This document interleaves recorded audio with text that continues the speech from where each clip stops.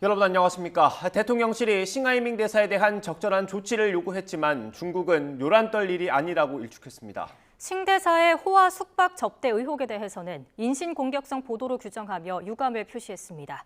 베이징 강정규 특파원이 보도합니다. 싱하이밍 대사에 대한 적절한 조치를 기다린다는 대통령실 요구에 중국은 이런 대답을 내놨습니다. 辛海明大使同韩国各界人士广泛接触交流，是其职责所在，不应成为炒作的话题。 싱 대사의 처신에 문제가 없다는 말을 반복하며 사실상 일축한 겁니다. 싱 대사를 직접 비난한 윤석열 대통령의 비공개 국무회의 발언에 대한 대답이기도 합니다. 호화 숙박 접대 의혹에 대해선 일부 한국 매체의 인신공격성 보도로 규정했습니다. 韩国部分媒体针对辛海明大使个人进行与事实不符，甚至人身攻击式的报道，对此感到遗憾。 중국 공산당의 입장을 대변하는 관영 매체 논조는 한층 더 날카로웠습니다. 도대체 싱 대사가 무슨 지나친 말과 행동을 했길래 뚫린 말벌집처럼 아우성이냐고 비꼬았습니다. 이어 한국 외교부와 보수 언론이 격떨어지는 언사로 무례한 분노를 쏟아냈다고 주장했습니다. 또 윤석열 정부가 도박꾼처럼 배팅하고 있다며 미국, 일본엔 비굴하고 중국엔 거만하다고 콕 집어 비난했습니다. 중국은 윤석열 정부와 각을 세우면서 일본과는 외교부 국장급 협의를 재개했습니다. 또 오는 18일 토니 블링컨 미 국무장관의 방중설도 끊임없이 흘러나오고 있습니다. 베이징에서 YTN 강정규입니다. 윤석열 대통령이 싱하이밍 주한 중국 대사에 대해 과거 청나라 위안스카이가 연상된다고 언급한 걸로 전해졌습니다. 대통령실 고위 관계자는 YTN에 윤 대통령이 어제 비공개 국무회의 때 싱 대사의 언행을 보며 조선의 국정을 농단한 청나라의 위안스카이를 떠올린다는 사람들이 많다고 말했다고 전했습니다. 위안스카이는 1880년대 조선 주재 교섭 통상 대표를 맡으면서 조선의 내정과 외교에 간섭했던 인물입니다. 고위 관계자는 그러면서 중국 정부가 싱 대사에 대한 조사에 들어간 걸로 알고 있다며 윤 대통령이 직접 나선 만큼 중국도 더 함부로 말하기 어려울 거고 이것으로 갈등도 어느 정도 정리될 것으로 내다봤습니다. 오늘 국회에선 대정부 질문 마지막 날 일정이 이어집니다. 노동 얘기가 오늘은 특히 많이 나올 걸로 전망됩니다. 국민의힘 지도부는 호남을 방문했고 민주당은 당내 현안을 해결하는 데 집중하고 있습니다. 국회로 가보겠습니다. 박기환 기자. 네, 국회입니다. 네, 대정부 질문 6월 국회 마지막 날입니다. 오늘 어떤 내용들이 나올 것 같습니까? 네, 사흘에 걸친 대정부 질문 마지막 날인 오늘은 교육과 사회, 문화 분야 질문이 진행됩니다. 오후 2시부터 시작되는데요. 먼저 어제에 이어 오늘도 후쿠시마 원전 오염수 방류가 국민 건강에 미칠 영향을 두고 여야 공방이 예상됩니다. 불법 시위와 과잉 진압 논란 등 노동 현안을 놓고 여야 간 기싸움도 펼쳐질 것으로 보입니다. 국민의힘은 불법 시위에 대한 대응 필요성과 노조 회계 부정에 대한 대책 등을 부각하는 반면 민주당은 정부의 건설노조 수사 등을 노동 탄압으로 규정하고 정부를 질책할 계획입니다. 특히 민주당은 세수가 대폭 줄어든 만큼 취약계층 복지 재원을 점검하면서 이동관 대통령실 대외협력특보 아들의 학교폭력 의혹에 대한 정부 입장 등도 확인할 것으로 전망됩니다. 앞서 이재명 대표도 아침 최고위 회의에서 이 특보는 언론 탄압과 자녀 학폭, 동지법 위반으로 삼진 아웃이라고 지적했고 박광원 원내대표는 추경이 없다는 건 취약계층의 고통을 방치하는 것이라고 비판하기도 했습니다. 네, 각 당은 오늘 어떤 일정 소화합니까? 네, 국민의힘 김기현 대표 등 지도부는 올해 첫 예산정책 협의 장소로 호남을 택했습니다. 조금 전 광주 기아차 공장을 방문했고 이어 광주에서 전북, 전남, 광주 예산정책 협의회를 진행합니다. 내년 총선을 앞두고 호남 민심을 끌어안아 외연 확장에 나서겠다는 전략으로 풀이됩니다. 김 대표는 기아차 방문을 마친 뒤 호남의 먹거리와 일자리를 만드는 등 경제 문제에 대해서도 소홀함이 없도록 챙겨보겠다고 강조했습니다. 여기에 내일 취임 100일을 앞둔 김기현 대표는 전당대회 때 경쟁했던 천하람 전남 순천갑 당협위원장과 일정을 함께하면서 포용과 통합을 동시에 강조하고 있습니다. 더불어민주당은 당내 현안 해결에 집중할 예정인데요. 특히 차기 혁신위원장 인선이 관심입니다. 현재 당내에선 김은경 전 금감원 부원장과 정근식 전 진실화해 위원장이 유력하게 거론되는 가운데 검증과 협의 절차가 진행되고 있습니다. 지도부가 오늘 결단을 내리고 인선을 마무리할지 주목됩니다. 또 오후 본회의에 앞선 비공개 의원총회에서는 앞서 결정한 상임위원장 선출 원칙에 따른 후보들을 발표하고 추인 절차를 거치며 논란을 매듭지을 것으로 보입니다. 또 지난 12일 본회의에서 무소속 윤관석, 이성만 의원에 대한 체포동의안이 부결된 것을 두고도 내부 비판이 상당한 만큼 관련 발언이 나올지도 관심입니다. 지금까지 국회에서 YTN 박견입니다. 서울대 학교가 조국 전 법무부 장관이 뇌물수수 등의 혐의로 불구속 기소된 지 3년 5개월여 만에 조 전 장관의 교수직 파면을 의결했습니다. 서울대 교원징계위원회는 어제 조 전 장관의 법학전문대학원 교수직 파면을 의결했다고 밝혔습니다. 서울대 규정에 따르면 교원이 법령을 위반하거나 교원으로 품위를 손상하는 행위를 한 경우 총장은 학내 교원징계위원회에 징계 의결을 요구할 수 있습니다. 앞서 서울대는 지난 2020년 1월 조 전 장관을 교수직에서 직위 해제했지만 검찰의 공소 사실만으로는 입증에 한계가 있다며 징계 절차를 미뤄왔습니다. 취업자 수가 2달 연속으로 35만 명 이상 증가했습니다. 서비스업 취업자의 호조세가 이어진 가운데 제조업과 건설업은 감소했습니다. 15세 이상 고용률은 역대 최고를 기록했는데요. 취재기자 연결해 알아보겠습니다. 오인석 기자. 네, 통계청에 나와 있습니다. 관련 내용 전해주시죠. 네, 통계청이 발표한 5월 고용 동향에 따르면 지난달 취업자는 2,883만 5천 명으로 1년 전 같은 달보다 35만 1,000명 늘었습니다. 취업자는 2달 연속으로 35만 명 이상 증가했습니다. 올 들어 취업자는 지난 1월 41만 1,000명, 2월엔 31만 2천 명, 3월 46만 9천 명, 4월 35만 4천 명으로 30만에서 40만 명대 증가 수준을 보이고 있습니다. 산업별 취업자를 보면 보건복지 서비스업이 16만 6천 명, 숙박 음식점업이 12만 8천 명 증가했습니다. 돌봄 수요와 외부 활동 증가로 대면 서비스업을 중심으로 취업자 수 증가세가 이어지고 있는 겁니다. 반면 제조업은 3만 9천 명, 건설업은 6만 6천 명이 감소했습니다. 제조업은 올 들어 5개월 연속, 건설업은 6개월째 감소했습니다. 제조업은 수출 감소와 생산 부진 여파로 취업자가 줄었고, 건설업은 부동산 경기 부진과 수주 물량 착공 지연 등이 영향을 미쳤습니다. 연령대별로는 60세 이상에서 37만 9천 명이 증가했습니다. 60대 이상을 제외한 연령대에서는 2만 8천 명이 감소했습니다. 특히 15세에서 29세 청년 취업자가 9만 9천 명 줄면서 7개월째 감소세가 이어졌습니다. 저출산 고령화 속에 청년층의 인구가 감소하는 반면 고령층 구직자는 점차 늘어나는 현실을 반영하고 있는 것으로 해석됩니다. 15세 이상 고용률은 63.5%로 1년 전보다 0.5%포인트 오르며 역대 최고치를 기록했습니다. 특히 경제협력개발기구 OECD 기준인 15세에서 64세 고용률은 69.9%로 0.7%포인트 상승하며 70% 선에 바짝 다가섰습니다. 정부는 대면 서비스업을 중심으로 고용 호조세가 지속될 것으로 예상하면서도 수출과 설비 투자 부진으로 제조업 일자리 회복이 늦어지면서 취업자 증가폭은 점차 축소될 것으로 전망하고 있습니다. 지금까지 통계청에서 전해드렸습니다. 태양광을 포함해 문재인 정부에서 추진된 신재생 에너지 사업의 비리 혐의가 감사원 감사로 드러난 것에 대해 윤석열 대통령이 당시 의사결정 라인 전반에 대해 철저하게 조사하라고 지시했습니다. 대통령실 핵심 관계자는 감사원에서 미처 파악하지 못한 부분을 공직 감찰 차원에서 살피는 것이라면서 감찰 결과에 따라 징계나 수사로 이어질 수 있다고 설명했는데요. 직접 들어보시죠.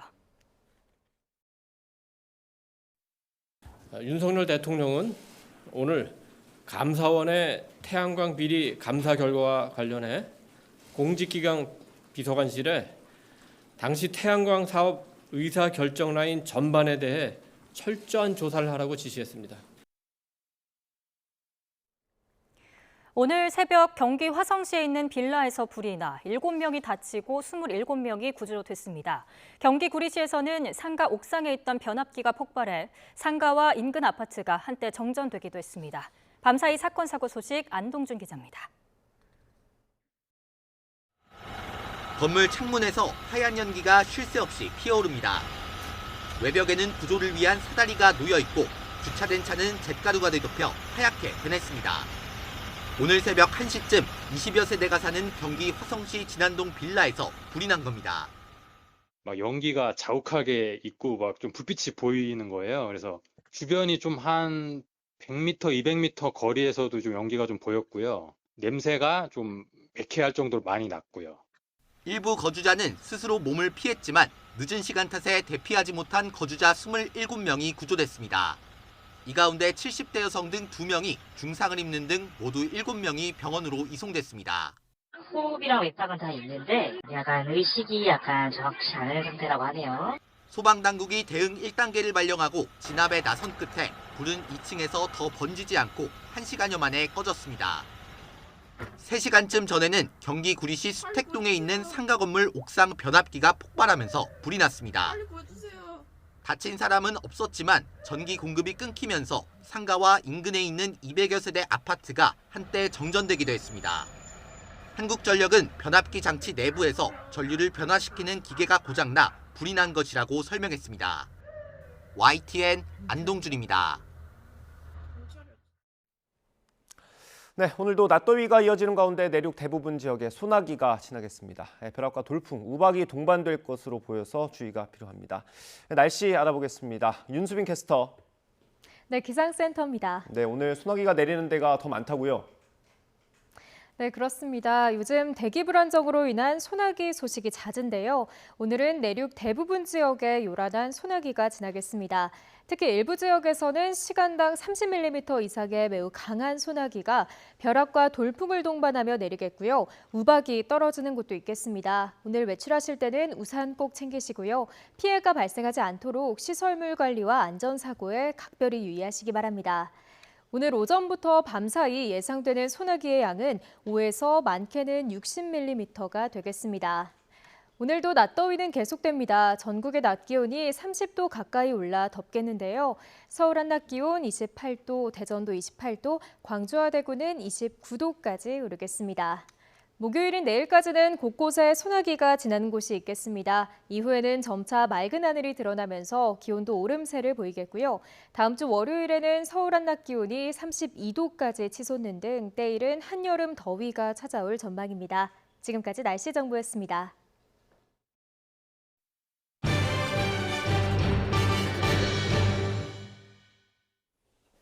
네, 정치권 이슈 짚어보겠습니다. 국민의힘 박정하 의원, 민주당 이해식 의원 나오셨습니다. 어서 오십시오. 안녕하세요. 네, 중국 대사의 말 한마디가 굉장히 파장을 낳고 있습니다. 대통령까지 직접 싱하이밍 대사를 직격했습니다. 우리 국민이 불쾌하고 있다. 그리고 이게 예전 인물인데 청나라 때 위안스카이까지 언급을 했습니다. 이 중국 대사에 대해서 대통령이 직접 이렇게 비판한 적이 있었나 싶기도 한데 어떻습니까? 대사에 대해서 직접 대통령이 언급했던 거는 별 기억이 없는 것 같아요. 네. 지난 정부에서 이제 문재인 대통령께서 일본 문제 관련해 갖고 직접적으로 뭐 죽창가 뭐 이런 거는 한 적이 있었습니다만은 직접 이렇게 대통령이 나선 적은 없었는데 어찌 됐건 간에 이제 그 얘기는 뭐 나중에 하더라도 이재명 민주당 대표가 싱하이밍 대사를 만난 과정에서 나왔던 발언 때문에 이제 논란이 시작이 되는데 네. 중국 본토에서도 이 건에 대해서 사실은 유연한 자세를 보이지 않고 오히려 네. 이걸 좀 더 확대하는 듯한 지금 도발적인 언사들이 계속되고 있기 때문에 네. 저는 뭐 대통령이 불가피 저렇게 우리 국민들의 이 들끓는 감정을 표현한 거라고 보여집니다. 이 계속 뭐 양국 관계가 좀 이 싱하이밍 대사를 중심으로 해서 지금 진행이 되고 있는데 저는 뭐 중국이 좀 더 유연한 자세로 이 건에 대해서 좀 정리하는 시간이 이제는 좀 오지 않을까라고 조심스럽게 기대를 해보고요. 중국이 그동안 너무 우리나라에 대해서 쉽게 생각해왔고 가벼이 생각해왔던 것들이 이렇게 표현이 된 것 아닌가 싶습니다. 대통령이 어제 언급했던 그 위안스키아 원색이라는 친구는 사실은 1800년대에 왔는데 23살에 우리나라에 왔어요. 23살의 나이로 와서 조선의 당시 국정을 완전히 농단을 했던 거거든요. 그러니까 그에 비춰서 싱하이밍 대사가 지금 최근에 있었던 일련의 과정들을 비유해서 얘기한 걸로 시청자 여러분들 이해하시면 될 것 같습니다. 그럼 굉장히 높은 수준의 비판이거든요. 대통령의 입에서 이게 뭐 직접적으로 나온 건 아니지만 저희가 언론들이 취재를 통해서 이제 비공개 국무회의 때 대통령이 이런 말도 했다라고 전해진 겁니다. 네, 그러니까 그 싱하이밍 대사의 발언은 그야말로 외교관으로서는 정말 부적절한 도를 넘는 발언이라고 생각을 합니다. 네. 그래서 우리 외교부에서 초치를 해서 차관이 사실 그 준엄하게 꾸짖었고, 네. 근데 이제 그에 대해서 중국은 또 우리 정재호 주중대사를 초치를 해서 네. 항의를 했는데 중국은 이제 그러니까 우리는 차관이 이 항의를 했고 중국은 차관보급이 항의를 했는데 말하자면 조금 이제 수위를 낮춘 거죠. 중국이 수위 조절하고 있다. 중국이 수위 조절을 했는데 우리는 대통령께서 이것을 언급을 하셨는데 저는 대통령께서 꼭 굳이 언급할 사안이었나 그런 생각이 들거든요. 지금 중국은 사실 그 이재명 대표가 싱하이밍 대사를 만났을 때 어떤 면에서는 중국 정부의 입장을 이번 기회에 좀 얘기를 해야 되겠다라고 작심하고 아마 발언을 한 것 같아요. 네. 그런데 이것을 대통령께서 언급을 함으로써 이 자체가 좀 커져버렸고 또 그런 면에서는 이제 중국의 어떤 일정한 그 전략이라 그럴까 그런 거에 이제 말려 들어갈 가능성도 있어서 네. 대통령께서 언급하신 것은 좀 어떤 면에서는 굳이 예. 적절하지 못한 게 아니었나 이런 생각이 듭니다. 예. 장경태 최고위원이 오늘 라디오 인터뷰에서 이런 얘기를 했습니다. 이재명 대표가 더 외교를 잘하는 것으로 보여지기 때문에 거기에 대한 열등감이 표출된 거 아닌가 이런 생각이 든다. 국민들이 다 판단하고 계실 거라고 봐요. 제가 이제 굳이 이재명 대표의 싱하이밍 대사 만찬 초청권에 대해서 얘기하지 않으려고 했습니다만은 뭐 장경태 최고가 그런 얘기까지 했는데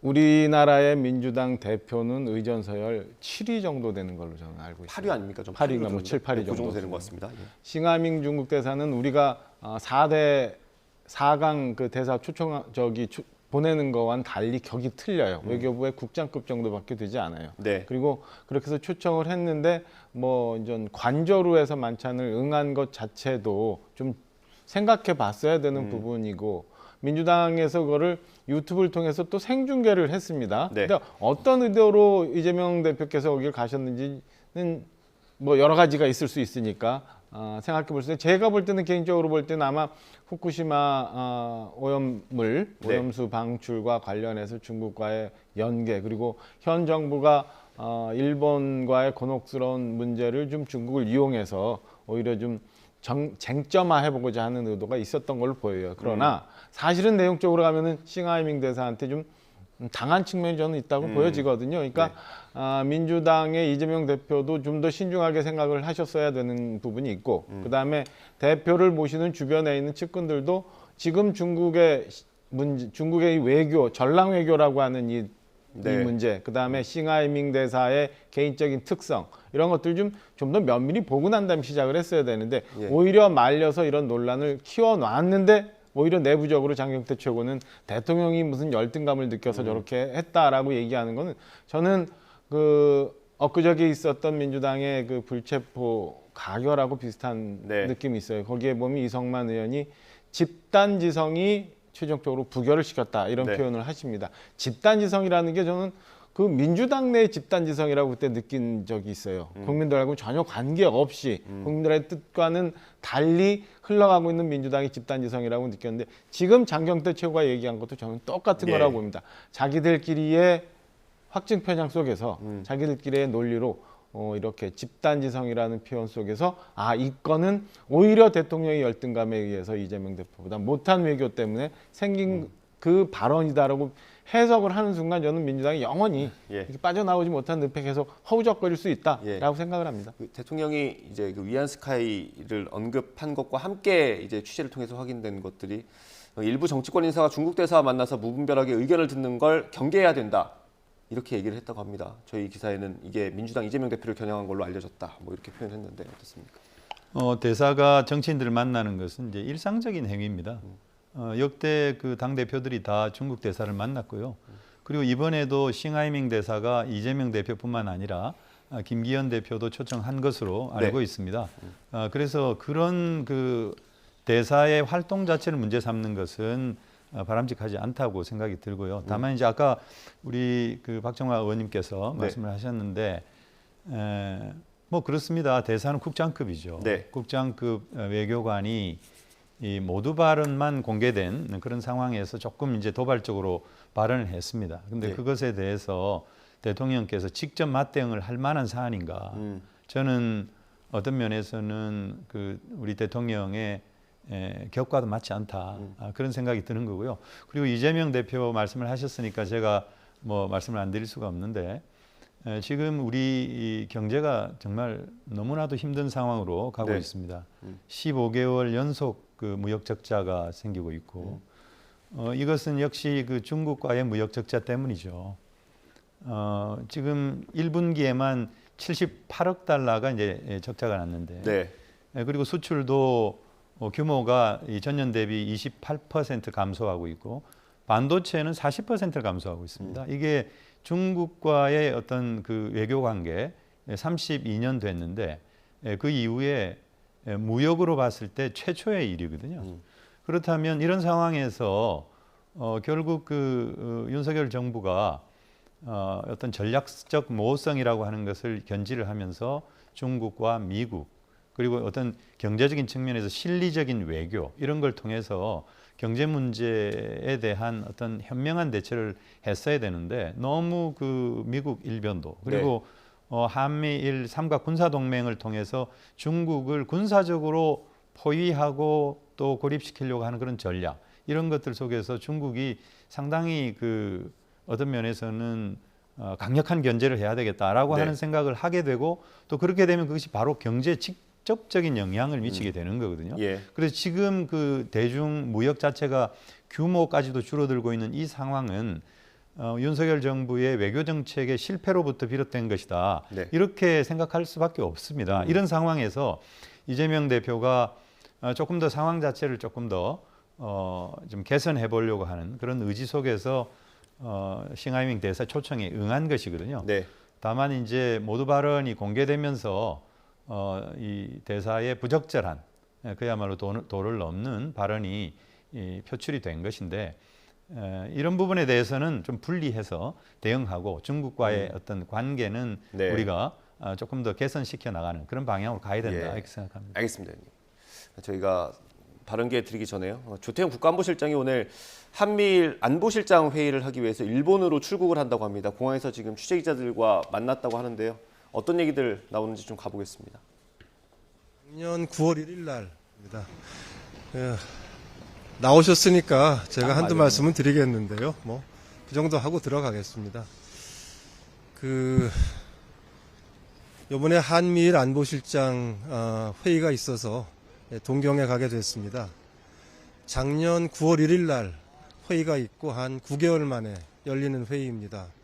제가 3월 30일 안보실장으로 일을 시작하고 나서 바로 한미일 안보실장 회의를 갖자고 해서 일자 조율을 쭉 해왔는데 이번 일자가 잡혀서 가게 됐습니다. 지금 뭐 북한이 실패한 정찰위성 발사입니다마는 앞으로도 계속해서 북한에 도발이 예상이 되고 있고 그 외에 국제 정세도 지금 굉장히 복잡하게 움직이고 있어서 그 어느 때보다도 한미일 3자 간의 그 협의와 긴밀한 공조가 중요한 때라고 생각을 합니다. 그런 점에서 그 안보 또 북한 그리고 경제 안보 또 첨단 기술들 모든 부분에 있어서 우리의 국익을 좀 더 확보하기 위한 그런 목표를 가지고 한미일 3자 협의 또 한미 협의, 한일 협의 등 심도 있는 협의를 갖고 돌아오도록 하겠습니다. 대단히 감사합니다.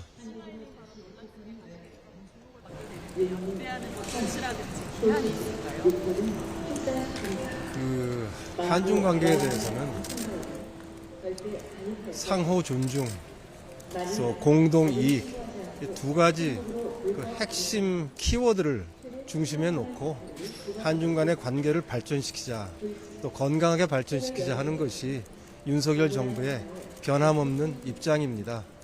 그런 점에서 한중 관계의 건강한 발전에 도움이 안 되고 역행하는 그런 일들은 없어야 한다라고 저희는 생각하고 있습니다. 감사합니다. 더 이상 뭐 드릴 말씀이 없고요. 제 말씀으로 가름해 주시면 감사하겠습니다.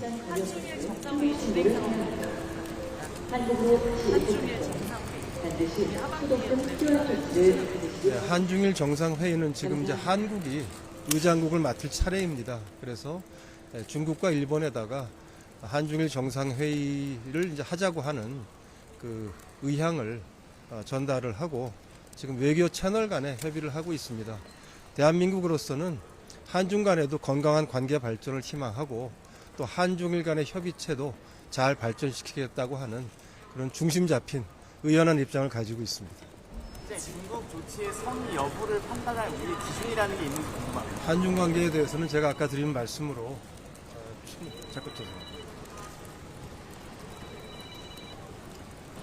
한중 관계에 대해서는 제가 드린 말씀으로 우리 정부가 가지고 있는 원칙과 입장을 잘 아실 수 있을 것입니다. 더 부연하지 않도록 하겠습니다. 신대사 발언 논란이 한중일 정상회의 개최에 영향을 미치죠.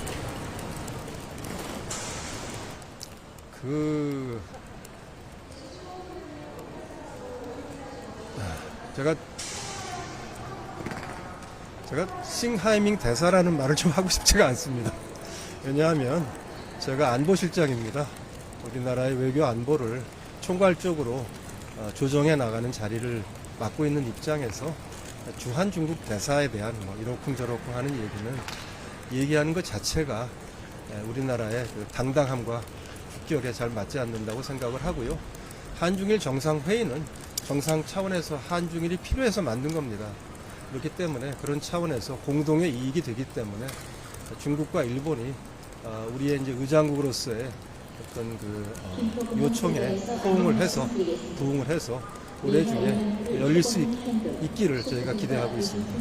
감사합니다. 회담에서 한미 핵협의 그룹도 이제 좀 오른다고 봐야 될까요?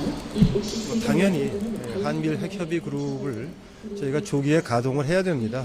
그 문제도 충분히 논의할 수 있는 기회가 될 것입니다. 한미일 회담 의제인가요? 아니면 한미 양자회담의 의제인가요? 한미 양자회담의 의제입니다. 한미 핵협의 그룹입니다.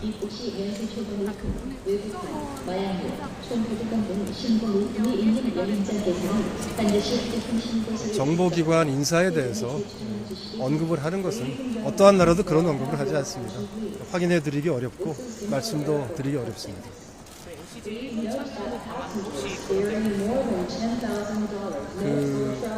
한미일 간의 확장 억제에 대해서 정책적 수준의 협의를 하는 데 대해서 우리 정부는 열려 있습니다.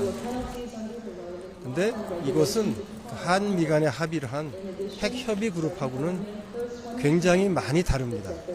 핵협의 그룹은 북한의 핵무기 도발에 대응해서 강력한 응징을 하기 위한 목적으로 작전적인 수준에서 한미 간에 구체적인 협의를 하는 것이고요. 한미일 간의 협의체는 앞으로 시간도 많이 걸리겠지만 나중에 실현된다고 하더라도 이거는 정책적 수준에서 확장 억제에 관한 한미일 간의 정책 공조를 하는 것이기 때문에 이 한미 핵협의 그룹은 북한의 도발에 대한 그 대응이 중심이 된다면 한미일 확장 억제 협의체는 그것보다는 보다 일반적이고 정책적 수준의 협의가 될 것입니다. 그 두 가지를 같은 선상에 놓고 보시는 것은 정확하지 않습니다. 자, 감사합니다. 네, 조태용 국가안보실장이 오늘 한미일 안보실장 회의를 하기 위해서 일본으로 출국하는데요. 공항에서 기자들과 만났습니다. 간단히 정리를 해드리면 한미일 안보실장 회의의 주요 의제는 아마 북한 정찰 위성 문제가 될 걸로 보이고요. 한중 관계에 대한 질문이 있었습니다. 안보실장은 상호 존중 그리고 공동 이익이 한중 관계의 핵심 키워드라고 했고요. 이게 역행하면 안 된다라고 강조했습니다.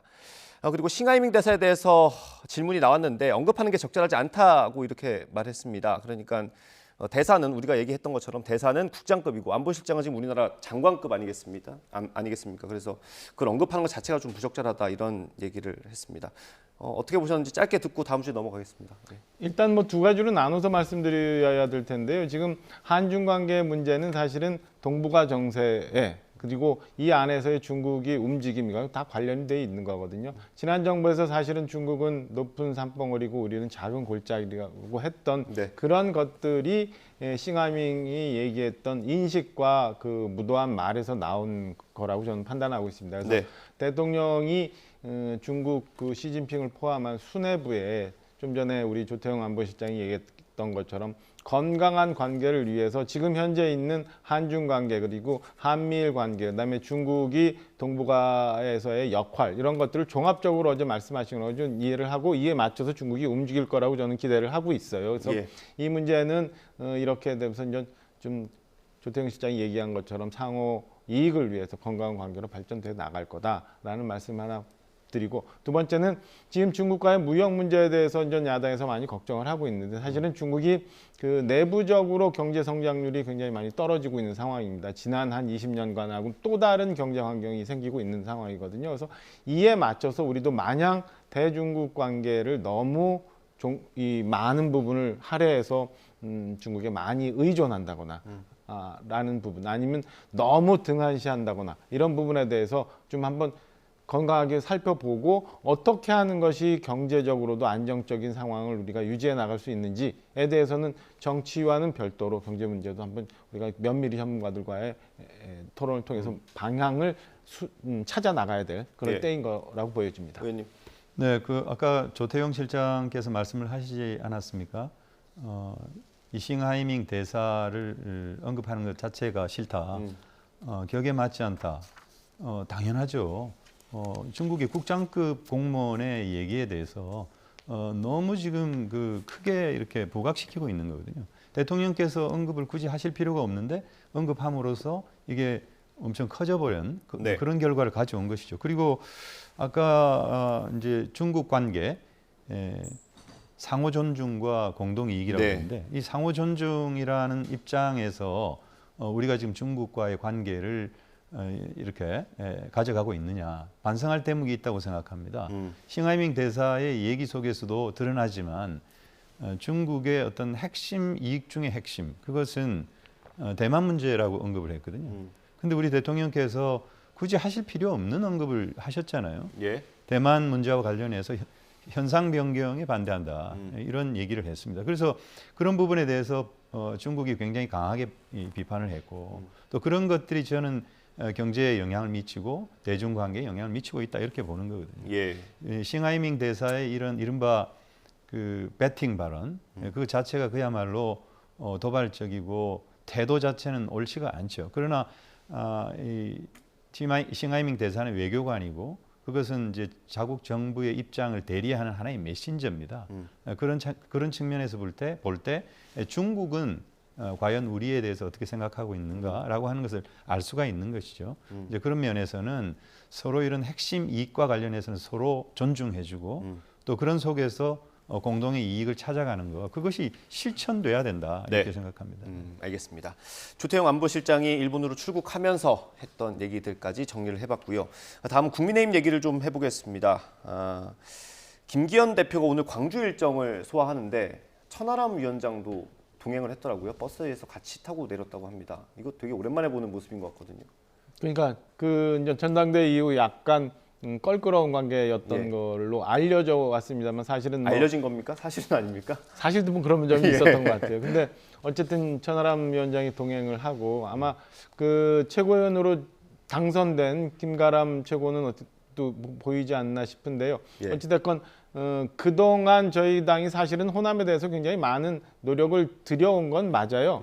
들여왔습니다만은 뿌리 깊은 이 지역 감정이라는 게 아직 해소가 되지 않고 있는데 저는 당 지도부가 호남에 대해서 여전히 애정을 가지고 있고 계속 문을 두들기면서 우리 이제 의원들도 두 지역구 관리 갖기 뭐 이런 운동도 예전 그 김종인 비대위 체제 이후로 계속 해오고 있거든요. 그러니까 의원님도 그럼 다른 지역구를 저는 아직 그 챙기지 못했어요. 작년에 전 늦게 들어가는 바람에 아직 못 왔는데 그래서 호남과의 관계 그다음에 호남에 대한 애정 뭐 이런 것들 계속 보이고 오늘은 아마 그 이제 내년도 예산과 관련해서 우리 저기 정책위 의장도 보입니다만은 예산과 관련해서 광주 전남 부분에 당정 협의 그다음에 그 도청과의 그 예산정책협의회 차원으로 네. 내려가서 호남의 민심, 그다음에 호남의 경제 상황들을 덮어보는 일정인 걸로 알고 있습니다. 예, 의원님 어떻습니까? 호남에 가 있는 국민의힘 지도부입니다. 네, 뭐 바람직하다고 생각합니다. 예. 저희 당도 사실 영남 지역에 상당히 많은 공을 들이고 있습니다.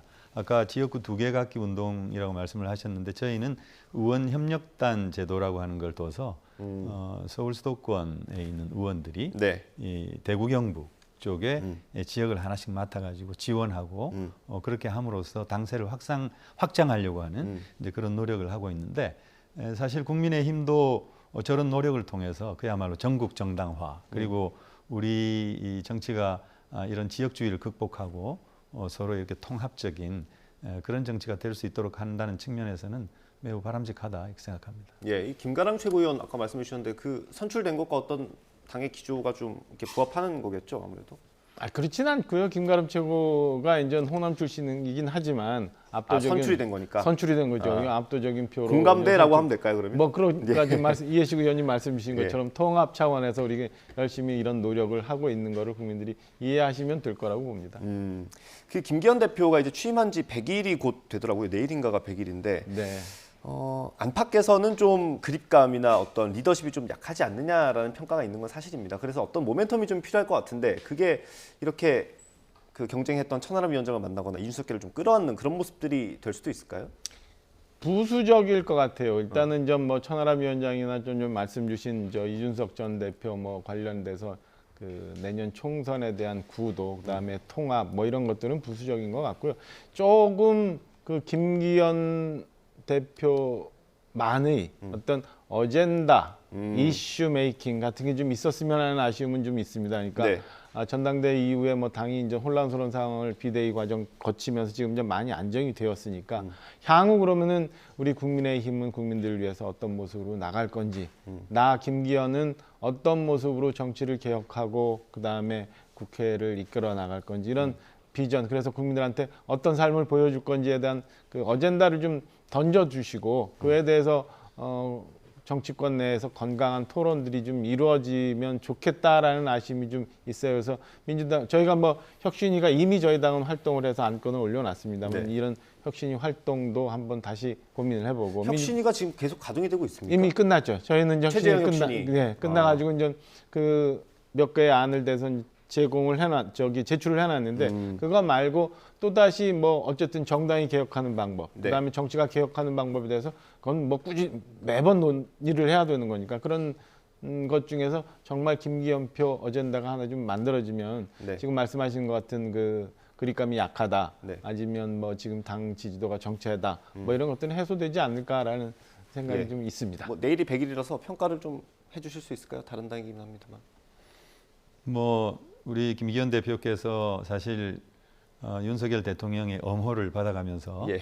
그렇게 대표가 되셨는데 처음부터 이제 존재감이 있을까 이런 걱정을 하지 않았습니까? 네. 그런데 사실 뭐 그다지 존재감이 없는 말하자면 뭐 오너는 따로 있고 네. 영업사장 같은 네. 이제 그런 어떤 이미지로 갖고 계신데 조금 더 글쎄요, 제가 국민의힘에 대해서 얘기하는 게 좀 조심하실 것 같습니다. 예. 김기현 대표랑 모르겠습니다만 혹시 친분이 있으신 것 같기도 하고요. 예. 저희 지금 행안위로 오셨더라고요. 아, 그렇습니까?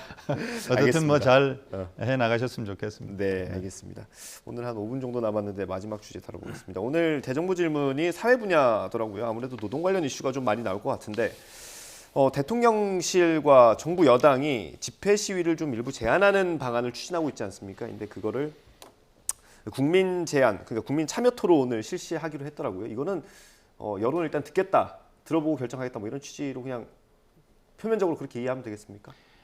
그러니까 특정 사안을 저희가 얘기해야 됩니다만 최근에 보면 모든 이슈에 대해서 너무 극단적으로 나라가 대립하고 있어요. 그래서 이 건에 대해서 서로 주장하는 목소리가 들리고 있기 때문에 국민들이 어떻게 판단하기 어려운데 사실은 이런 그 과정을 거쳐가지고 그럼 국민들은 어떤 판단을 더 많이 하고 계신지에 대한 그 합의점이 좀 나온다면 그 방향으로 고쳐 나가는 게, 그리고 그 방향이 맞다면 저는 이런 방식을 계속 쓰는 것도 나쁘지는 않다고 봅니다. 과거에도 뭐 쭉 보면 무슨 뭐 공론화 과정이라는 표현도 있었고 지금 얘기 나온 국민 여론 수렴이라는 것도 있었고 하니까 국민들이 현재 어떤 사안에, 특정 사안에 대해서는 어떤 판단을 하고 있는지에 대해서 그냥 정치권에서 논쟁하면서 주장하면서 판단하는 것보다는 국민들이 전반적인 판단을 거치면 오히려 뭐 좋은 방향으로, 좋은 그 방향타가 될 수 있다고 저는 생각을 해서 나쁘지 않은 방안이고, 뭐 향후 계속 갈등이 있는 사안에 대해서는 이런 방식을 써도 괜찮다는 생각입니다. 예. 뭐 시도는 좋다고 봅니다. 네. 그런데 뭐 많이 알려진 얘기지만은 아이디를 많이 만들어가지고 중복 투표할 수 있게 한다든지, 또는 유튜버가 이렇게 선동을 해서 많이 이렇게 참여하게 한다든지, 그러니까 여론의 어떤 편중이 생기는 것이죠. 그리고 더 문제는 이제 제안심사위원회라고 해서 그런 국민 제안에 대해서 심사하는 심사위원회가 있는데 어떻게 구성됐는지도 모르고, 그러니까 또 어떻게 어떤 토론을 거쳐서 어떤 결정을 하는지에 대해서도 전혀 알려진 것이 없어서 좀 구현이 필요할 것 같아서 이게 국민 참여 토론 주제로 지금 선정이 된 게 지금까지 3건이죠. 처음에 도서정가제, 그리고 그렇죠. 이전에 있었던 게 KBS 수신료, 그리고 이번에 이제 집회 관련된 부분인데 말씀하시는 거는 그 주제를 선정하고 여론 수렴하는 과정이 투명하지가 않다라는 거고요. 하나의 여론 몰이식으로 갈 가능성이 크다, 이렇게 보고 있는 것이고요. 더군다나 지금 이게 집회 시위에 관련된 거는 우리가 헌법상의 권리이고 기본권이거든요. 이것과 관련한 결정은 매우 신중해야 됩니다. 그런 면에서 다른 주제도 아니고 특히 이 집회 시위와 관련된, 집회 결사의 자유와 관련된 내용을 이런 방식으로 결정하는 것은 옳지 않다, 이렇게 생각합니다. 예, 이게 대통령실 입장에서는 어쨌든 어떤 정책을 할 때 이걸 기반으로, 이걸 배경으로 추진할 수 있는 원동력이 될 수 있을 것 같기는 한데, 대통령실에서 사실 그 여론조사에 대해서 조금 불신하는 목소리도 있었고요. 그래서 이거랑 그거랑 뭐가 다른가 이런 생각도 듭니다.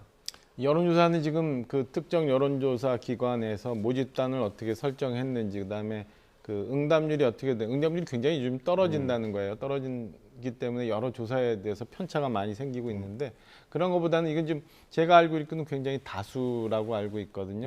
거기에 의견은 뭐 누구나 달 수 있죠. 네, 댓글로 이제 의견을 제시하는 거니까. 충분히 뭐 저는 그 여론조사가 보여주는 것보다는 신빙성이 좀 있을 수 있고, 그다음에 이거는 여론조사에 저희가 수치가 1%포인트, 2%포인트 차이를 보는 것처럼 민감한 게 아니라 국민 여러분들이 대다수가 어떤 방향으로 생각하느냐를 좀 확인하는 거기 때문에 저는 뭐 이런 방식 써도 충분히 현재 국민들은 어떤 식의 생각을 하고 계시는지는 국민이 어떤 현안에 대해서 그 방향은 충분히 나올 수 있다고 보여집니다. 그 최대 현안 가운데 하나가 최근에는 원전 오염수 방류 아닙니까? 그거 한번 붙여보는 건 어떻습니까?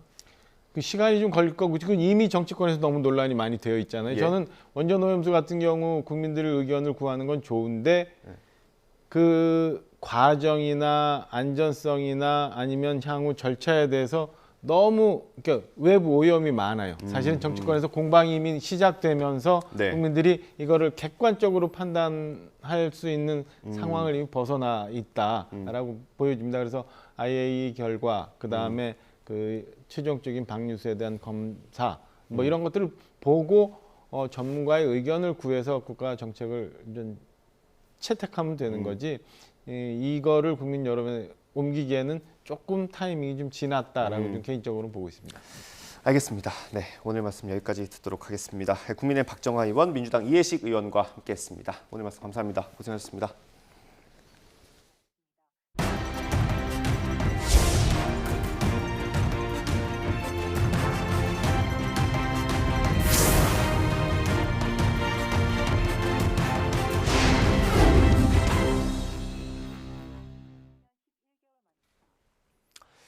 미국의 인플레이션이 2년여 만에 최저 수준으로 나타났습니다. 물가가 오른 폭이 2년 만에 가장 적었다는 뜻입니다. 내일 금리 결정을 앞두고 기준금리 동결에 힘이 실리고 있습니다. 김선희 기자의 보도입니다. 미국의 인플레이션이 꾸준히 둔화하고 있다는 물가 지표가 나왔습니다. 미국 노동부는 5월 소비자 물가 지수가 지난해 같은 달보다 4.0% 올랐다고 밝혔습니다. 지난 4월 4.9%보다 낮은 수치로 2년여 만에 가장 적은 인상폭입니다. 연간 소비자 물가지수 상승률은 지난해 6월 9% 돌파 이후 11개월 연속 둔화세를 이어갔습니다. 식료품 물가는 러시아의 우크라이나 침공 이전 수준으로 떨어졌다고 로이터 통신은 전했습니다. 조 바이든 대통령은 성명을 내고 자신의 계획이 효과를 내고 있는 거라며 최고의 날이 오고 있다고 말했습니다. Finally, today's CPI report showed continued progress in our fight against inflation. Annual inflation is now the lowest in more than 2 years. 하지만 자세히 들여다보면 아직도 안심할 수준이 아니라는 게 전문가들의 지적입니다. 변동성이 큰 에너지와 식료품을 제외한 근원 물가는 전년 대비 5.3%, 전달보다 0.4% 상승해 여전히 높은 것으로 나타났습니다. 미국 핵심 물가지표가 2년 만에 최저치로 나타나면서 금리 동결 가능성도 높아졌습니다. 그러나 물가 상승률이 여전히 높고 연준 정책 목표인 2%와도 거리가 멀어 추가 금리 인상이 필요하다는 의견도 만만치 않습니다. If the Fed follows their normal data, like what's inflation today, where they want it to be, they probably should raise rates. 내일 기준금리 결정을 앞두고 연준의 고민은 더 깊어질 전망입니다. YTN 김선입니다. 네, 이렇게 미국이 기준금리를 동결할 거라는 기대감이 커지면서 환율이 내림세를 이어가고 있습니다. 엔화도 910원대까지 내려오면서 엔저 현상이 계속되고 있는데요. 자세한 내용 취재 기자 연결해 알아봅니다. 이형원 기자. 네, 한국거래소입니다. 네, 지금 원달러 환율 어떻습니까? 네, 오늘 원달러 환율은 내림세로 출발했습니다. 서울 외환시장에서 달러 대비 원화 환율은 어제보다 1.4원 내린 1,270원에 시작했습니다. 현재는 소폭 올라 1,276원에서 강보합세를 보이고 있습니다.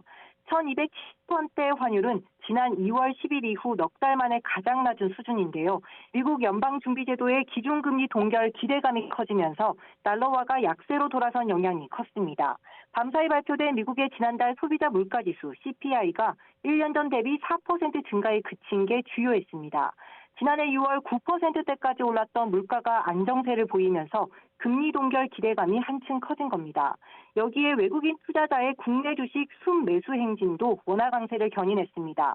우리나라 수출의 중심인 반도체 경기가 바닥을 찍고 반등할 것이라는 기대감이 반영되면서 원화가 힘을 받고 있는 겁니다. 원화 강세 원엔 환율은 내림세를 보인다고요? 네, 오늘 원엔 환율은 어제보다 3원 넘게 떨어져 907원대로 출발했습니다. 현재는 911원대에서 소폭 오르내림을 반복하고 있습니다. 최근 엔화는 연일 내림세입니다. 어제 원엔 환율은 910.97원에 마감했는데요. 종가 920원을 밑돈 건 지난 2015년 912원대 이후 7년 11개월 만입니다. 대부분 국가가 기준금리를 올리며 긴축 정책을 펴는 동안 일본 중앙은행은 완화 정책을 펴면서 엔화가 떨어진 건데요. 여기에 원화 강세까지 더해져 원엔 환율 내림세가 이어지고 있는 겁니다. 이런 엔저 현상이 계속되면서 우리 경제에 부담을 줄 수 있다는 우려도 커지고 있습니다. 수출 경쟁국인 국내 기업의 가격 경쟁력을 떨어뜨리는 데다 일본을 찾는 관광객이 급증해 서비스 수지가 악화할 수 있기 때문입니다. 지금까지 한국거래소에서 전해드렸습니다. 최근에 일본 여행하는 분들이 크게 늘었습니다. 코로나19 팬데믹 종료와 함께 해외여행 수요가 회복된 데다 휴가철이 다가오기 때문으로 보이는데요. 일본 여행 시 주의할 점도 있다고 합니다. 화면으로 함께 보겠습니다.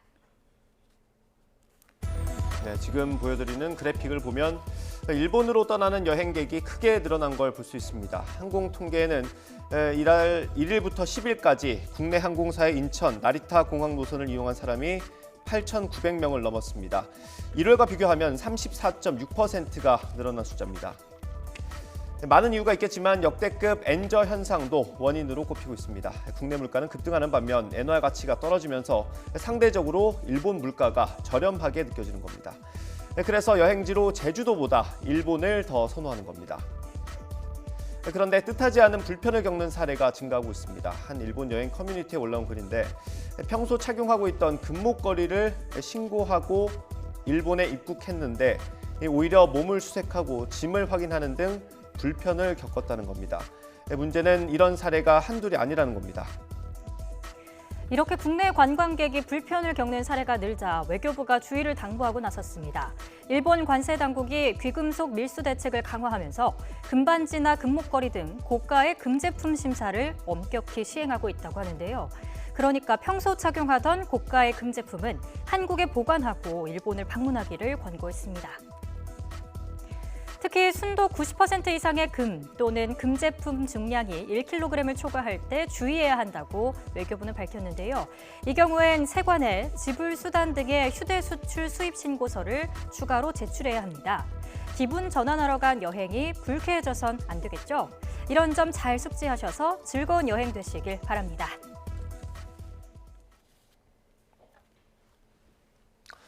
윤석열 정부의 국정과제이기도 한 청년 도약 계좌가 내일 출시됩니다. 청년의 중장기적 자산 형성을 지원한다는 취지의 정책형 금융 상품입니다. 어떤 상품인지 함께 살펴보겠습니다.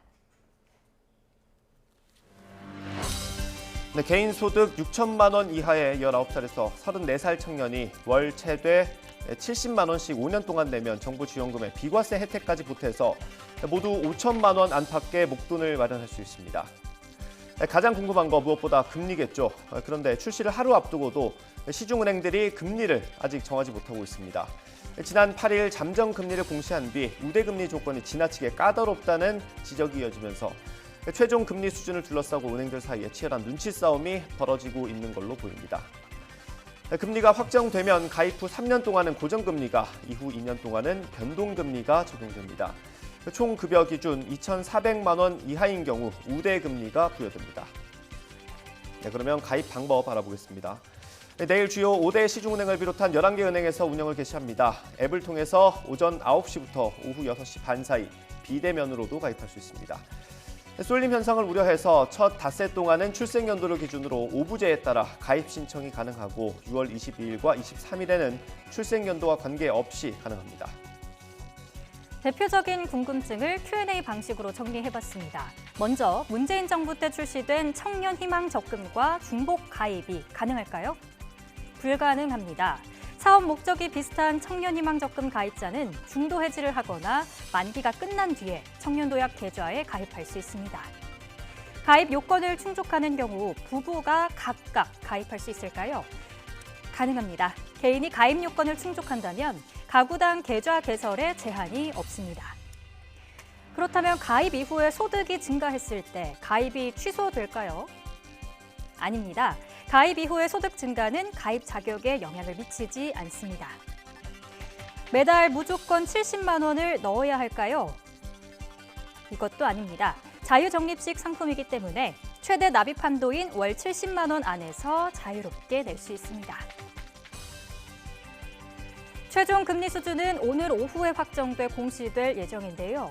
각종 논란을 딛고 청년들의 관심을 성공적으로 끌 수 있을지 주목됩니다. 무주택자 청년들을 가짜 임차인으로 꾸며 전세자금 대출을 받은 뒤 대출금을 떼먹은 일당이 붙잡혀 무더기로 재판에 넘겨졌습니다. 서울 서부지방검찰청은 오늘 조직적으로 대출 사기를 벌인 혐의로 총책인 20대 A씨 등 5명을 구속 기소하고 가담한 44명을 불구속 기소했습니다. A씨 등은 청년 전월세 지원 제도가 비대면 서류 심사로 이루어지는 점을 악용해 SNS로 무주택 청년을 모집한 뒤 이들을 임차인인 것처럼 꾸민 전세 계약서로 대출받은 혐의를 받습니다. 검찰 수사 결과 이들은 이런 방식으로 지난해 2월부터 8월까지 33차례에 걸쳐 시중은행에서 32억 원을 받아 챙긴 혐의를 받습니다. 서울 용산구청이 박희영 구청장의 출근 저지 시위를 하는 이태원 참사 유가족들을 막기 위해 경찰에 기동대를 투입해달라고 요청했습니다. 용산구청은 오늘 오전 보도자료를 내고 집회 시위로 공무집행이 심각하게 방해받고 있다며 경찰에 기동대 투입을 요청했다고 밝혔습니다. 또 원활한 공무 수행을 위해 오늘부터 구청장실이 있는 구청사 9층의 출입을 통제한다고 덧붙였습니다. 박희영 구청장의 사퇴를 요구하는 이태원 참사 유가족들은 구청장실 출입문 앞에서 출근 저지 시도를 이어가며 만남을 요구하고 있습니다.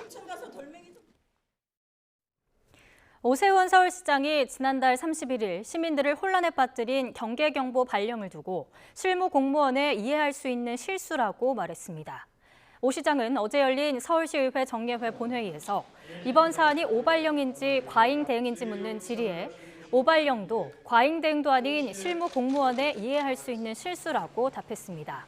이어 서울시 공무원은 가깝게는 이태원, 멀리 과거 20년 전 이철수라는 사람이 귀순하는데 제때 경계 경보를 발령 못해 직원 4명이 직위 해제된 경험이 있다며 무대응보다는 적극적으로 대응하는 게 낫다는 공감대가 형성됐다고 덧붙였습니다. 홍준표 대구시장이 한국노총 전국시도의장단과 만나서 정부와 한국노총의 소통을 촉구했습니다. 홍 시장은 어제 오후 한국노총 대구본부에서 열린 정책간담회에 참석해 정부가 한국노총과 대립구도를 가지는 건 바람직하지 않다고 말했습니다. 김동명 한국노총위원장은 김 위원장은 이어 행동 대 행동보다는 문제를 화술로 풀어가면 어떨까 싶다며 정부가 노동자들을 더 어렵게 하지 않았으면 한다고 강조했습니다. 북한 인권단체가 미 의회 청문회에서 중국의 탈북자 구금 시설이 확장되고 있음을 보여주는 위성 이미지를 공개했습니다. 미 의회는 코로나19 이후 중국이 가두어뒀던 탈북자들을 본격 북송할 가능성이 크다며 유엔 등 국제기구의 적극 개입을 촉구했습니다. 이종수 기자입니다. 미 의회 초당적 기구인 의회행정부 중국위원회가 개최한 청문회.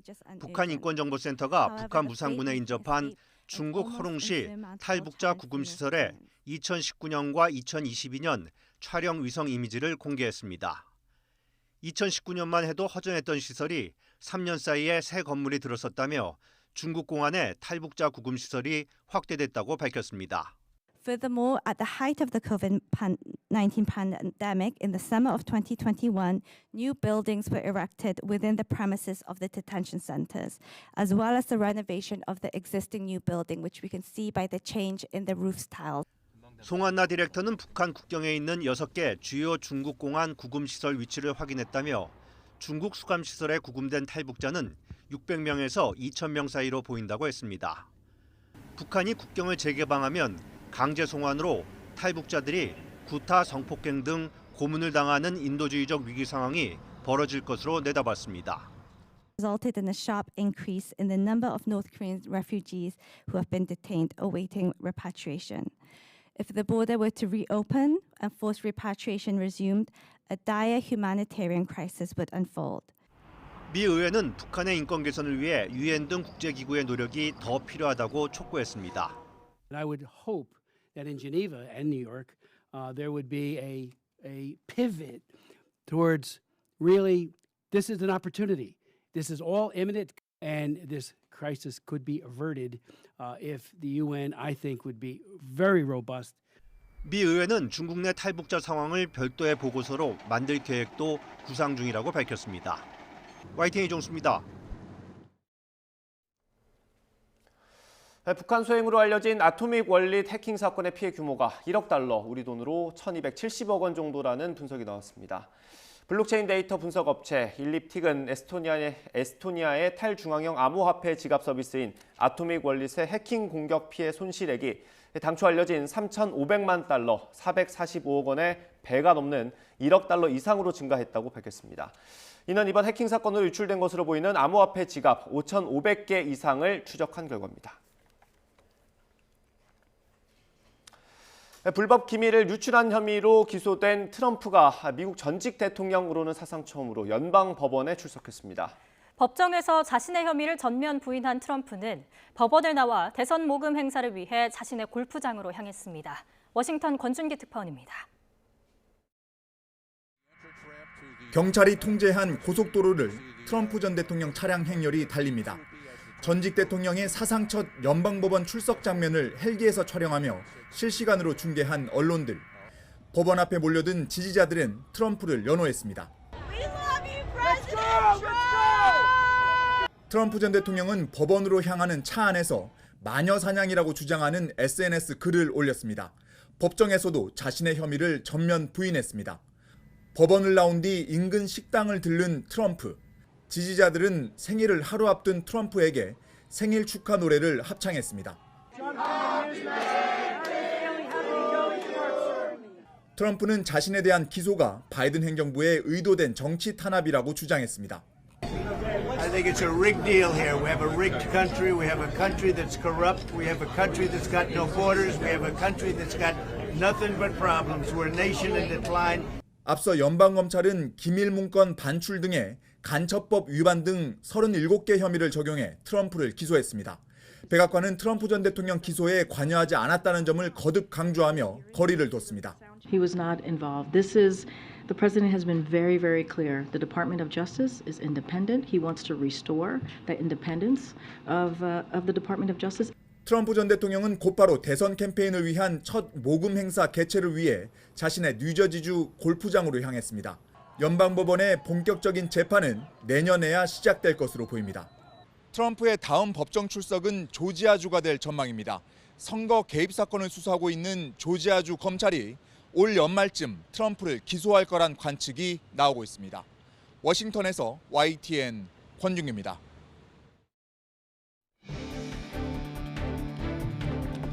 이 시각 주요 뉴스입니다. 20세 이하 월드컵에서 4위를 기록한 김은중호가 잠시 뒤에 귀국합니다.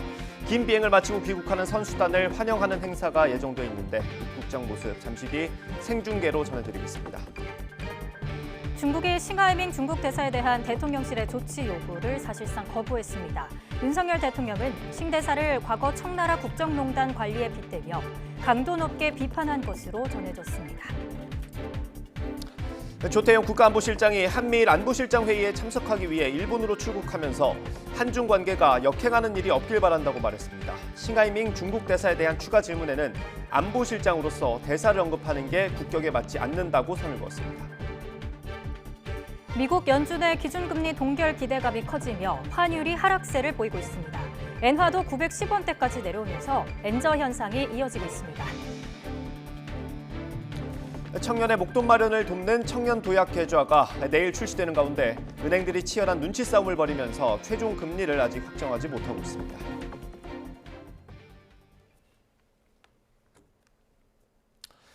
박희영 용산구청장이 보석으로 풀려난 뒤 이태원 참사 희생자 유가족들은 구청 앞에서 시위를 이어가고 있습니다. 오늘은 유족들이 구청장실이 있는 구청청사 9층으로 진입을 시도하면서 구청 측이 경찰 기동대 투입을 요청했는데요. 현장 연결합니다. 김다연 기자. 네, 서울 용산구청에 나와 있습니다. 네, 보기에는 건물 비상계 다닌 것 같은데 지금 어떤 상황입니까? 네, 저는 지금 구청장실이 있는 9층 비상계단 쪽에서 소식을 전해드리고 있습니다. 보시는 것처럼 이태원 참사 희생자 유가족들이 철문을 두드리면서 내부로 진입을 시도하고 있는데요. 유가족들은 박희영 구청장의 사퇴와 책임자 엄벌을 촉구하고 있습니다. 구청 직원과 경찰이 유가족들을 제지하면서 한때 물리적인 충돌이 빚어지기도 했는데요. 다행히 지금까지 다친 사람은 없는 것으로 보입니다.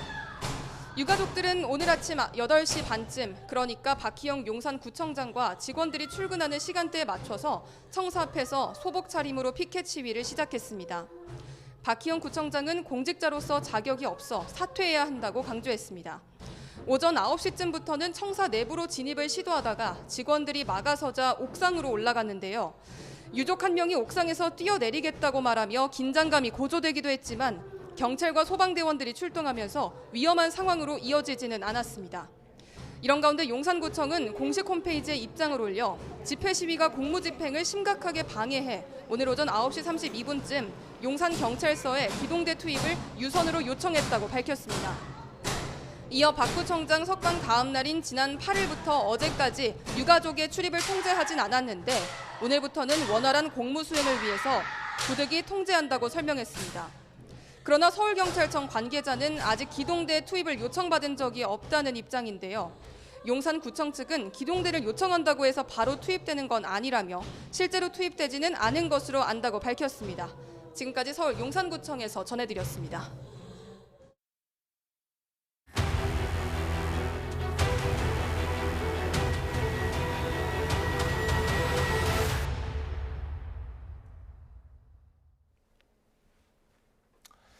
장마철을 앞두고 지난해 침수 피해 현장을 점검하는 기획보도 순서입니다. 오늘은 서울 지하철 이수역 상황을 알아보겠습니다. 현장 취재기자 연결합니다. 유서연 기자.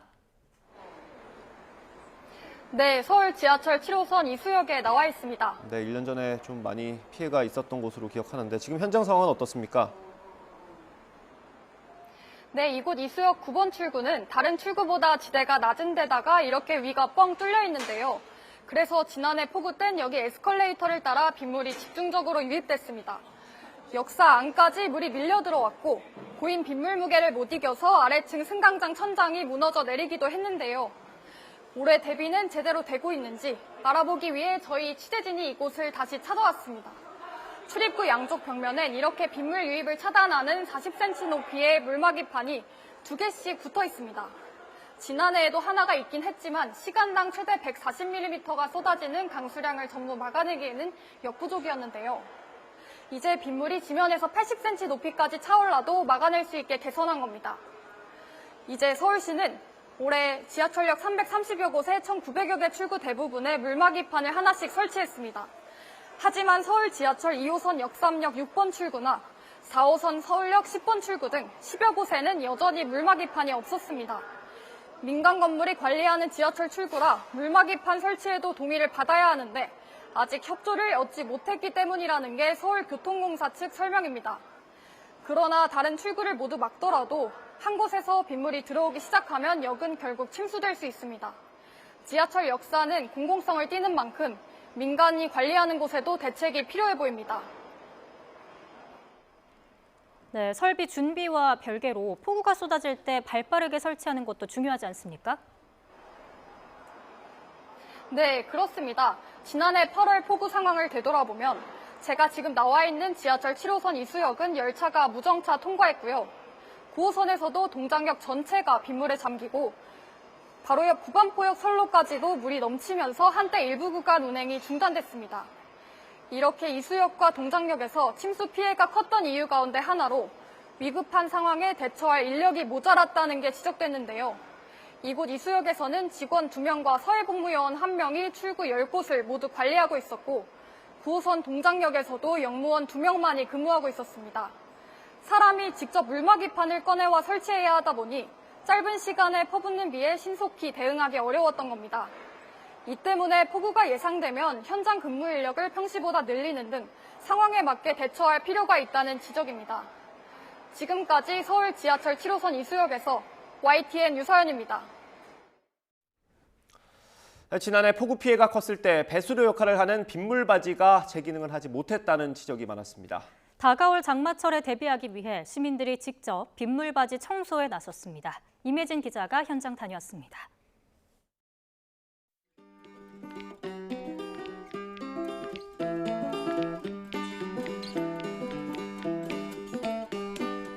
빨간 조끼를 맞춰 입은 자원봉사자들이 손마다 집게와 비닐봉지를 들고 쓰레기 줍기에 한창입니다.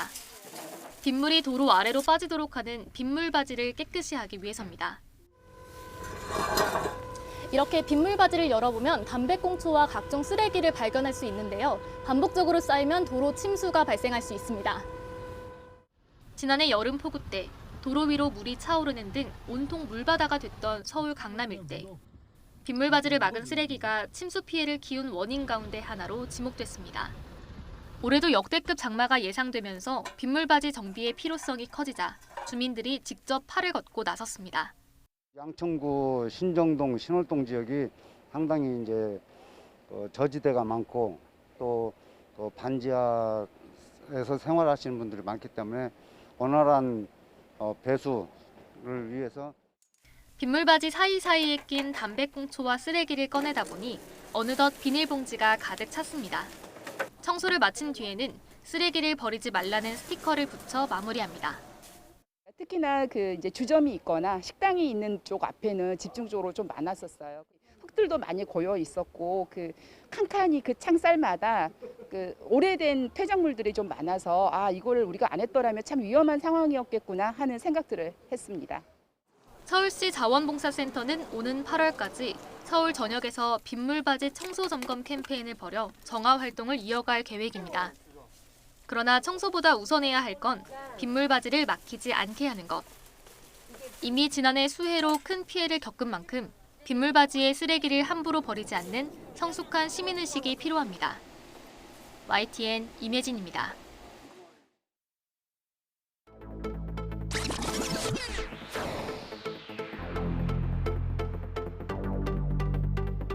미국이 승리할 것이고 중국이 패배할 것이라는 파이팅이 하고 있는 것 같습니다. 이는 명백한 내정 간섭일 뿐더러 야당이 팔을 걷어붙이고 덮겠다는데 주중 대사의 행동은 매우 부적절했다.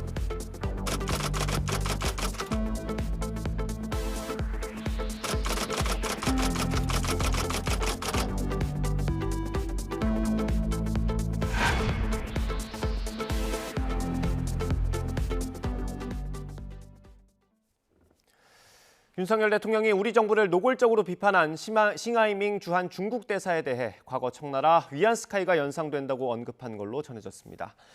대통령실 고위 관계자는 YTN에 윤 대통령이 어제 비공개 국무회의 때 싱 대사의 언행을 보며 조선의 국정을 농단한 청나라의 위안스카이를 떠올린다는 사람들이 많다고 말했다고 전했습니다. 그러면서 중국 정부가 싱 대사에 대한 조사에 들어간 것으로 알고 있다며 윤 대통령이 직접 나선 만큼 중국도 더 함부로 말하기 어려울 것이고 이것으로 갈등도 어느 정도 정리될 걸로 내다봤습니다. 국민의힘 김기현 대표는 중국 대사에게 찾아가 굽신거리며 국익 훼손에 멍석을 깔아준 이재명 대표와 민주당이 이제는 광우병 괴담의 선동 전문 시위꾼들과 손잡고 국민을 상대로 비과학적 괴담을 조성하고 있다고 비판했습니다. 김 대표는 오늘 SNS에 올린 글을 통해 민주당은 끊임없이 과거로 퇴행하는 정쟁에만 골몰하고 있어서 안타깝다며 이같이 밝혔습니다. 이어 후쿠시마 오염수에 대한 과학적 검증으로 국민 생명과 안전을 지키겠다는 정부 여당의 조치에도 아랑곳 없이 민주당은 자신들의 부정부패를 감추기 위해 또다시 자극적인 가짜 뉴스와 괴담 선동으로 갈라치기 정치에만 매달리고 있다고 지적했습니다. 싱하이밍 중국 대사의 최근 발언으로 한중 간의 신경전이 벌어지는 가운데 민주당 민생경제위기 대책위원회 소속 의원들은 중국 측의 초청으로 중국을 방문하고 있는 걸로 확인됐습니다.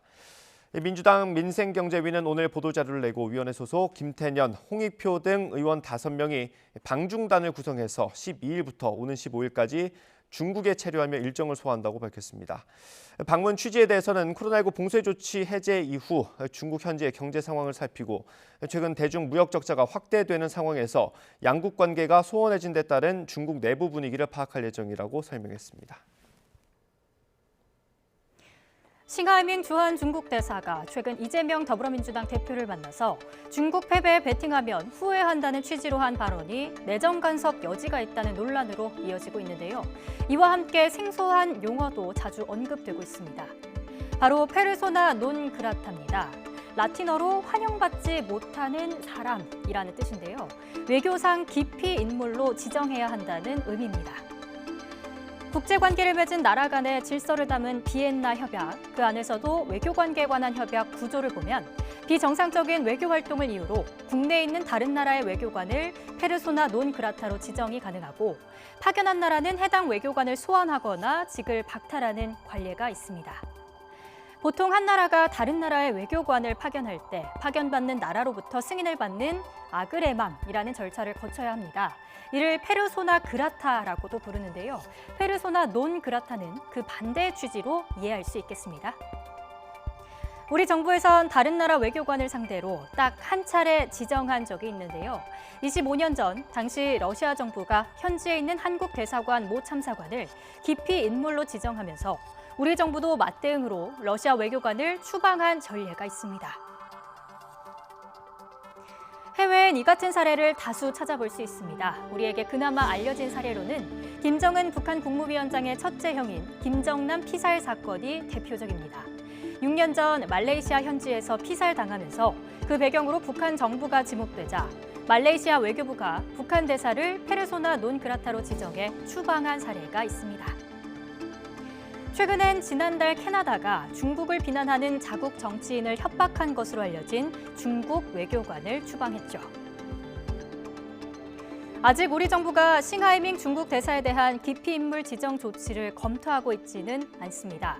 여건을 중심으로 요구가 이어지고는 있지만 실제로 이루어질 경우 한중 관계가 걷잡을 수 없이 악화할 여지도 있는 만큼 더욱 신중한 판단이 필요하다는 목소리도 나옵니다. 오늘 진행되는 교육, 사회, 문화 분야 국회 대정부 질문에서는 노동정책과 학자금 무이자 대출법 재논의 등이 주요 쟁점이 될 걸로 보입니다. 특히 최근 불거진 노정 갈등에 정부 책임론을 제기하는 야당과 노동개혁 필요성을 강조하는 정부 여당 입장이 첨예하게 맞설 걸로 전망됩니다. 또 이동관 대통령실 대외협력특보의 아들 학교폭력 의혹과 사회복지서비스 시정안을 놓고도 여야의 치열한 공방이 예상됩니다. 어제 대정부 질문에서는 일본의 원전오염수 방류가 도마 위에 올랐습니다. 괴담을 선동하지 말라는 여당과 정부가 일본 입장만 대변하고 있다는 야당이 맞붙었습니다. 주요 발언 들어보겠습니다. 결국 문재인 정부나 윤석열 정부의 입장차가 전혀 없죠. 오염수 방류에 대한 괴담이 2007년 광우병 괴담, 또 2016년 사드 괴담 같은 양상을 흐른다는 지적. 어떻게 생각하십니까? 국민의 안전은 기본적으로 과학입니다.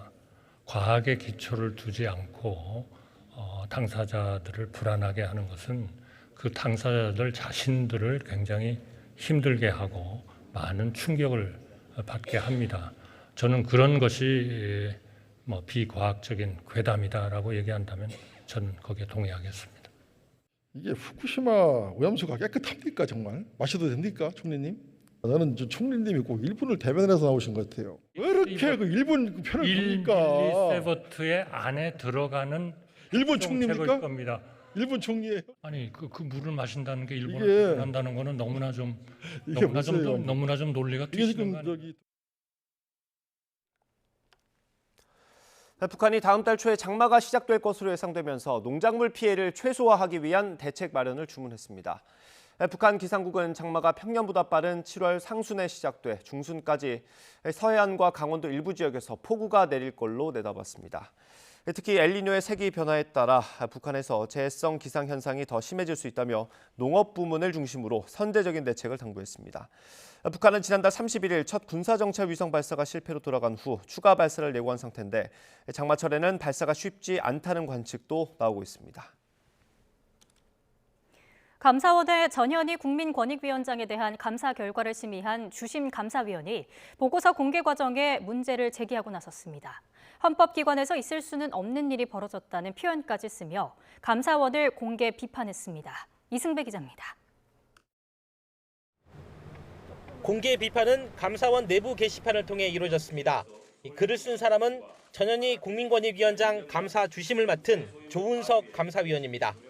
가장 크게 문제 삼은 건 감사 보고서가 공개되는 과정입니다. 통상 감사위원회가 보고서를 수정 의결하면 감사원 사무처가 내용을 수정하고 감사위원들이 다시 제대로 고쳐졌는지 확인하는 절차를 거칩니다.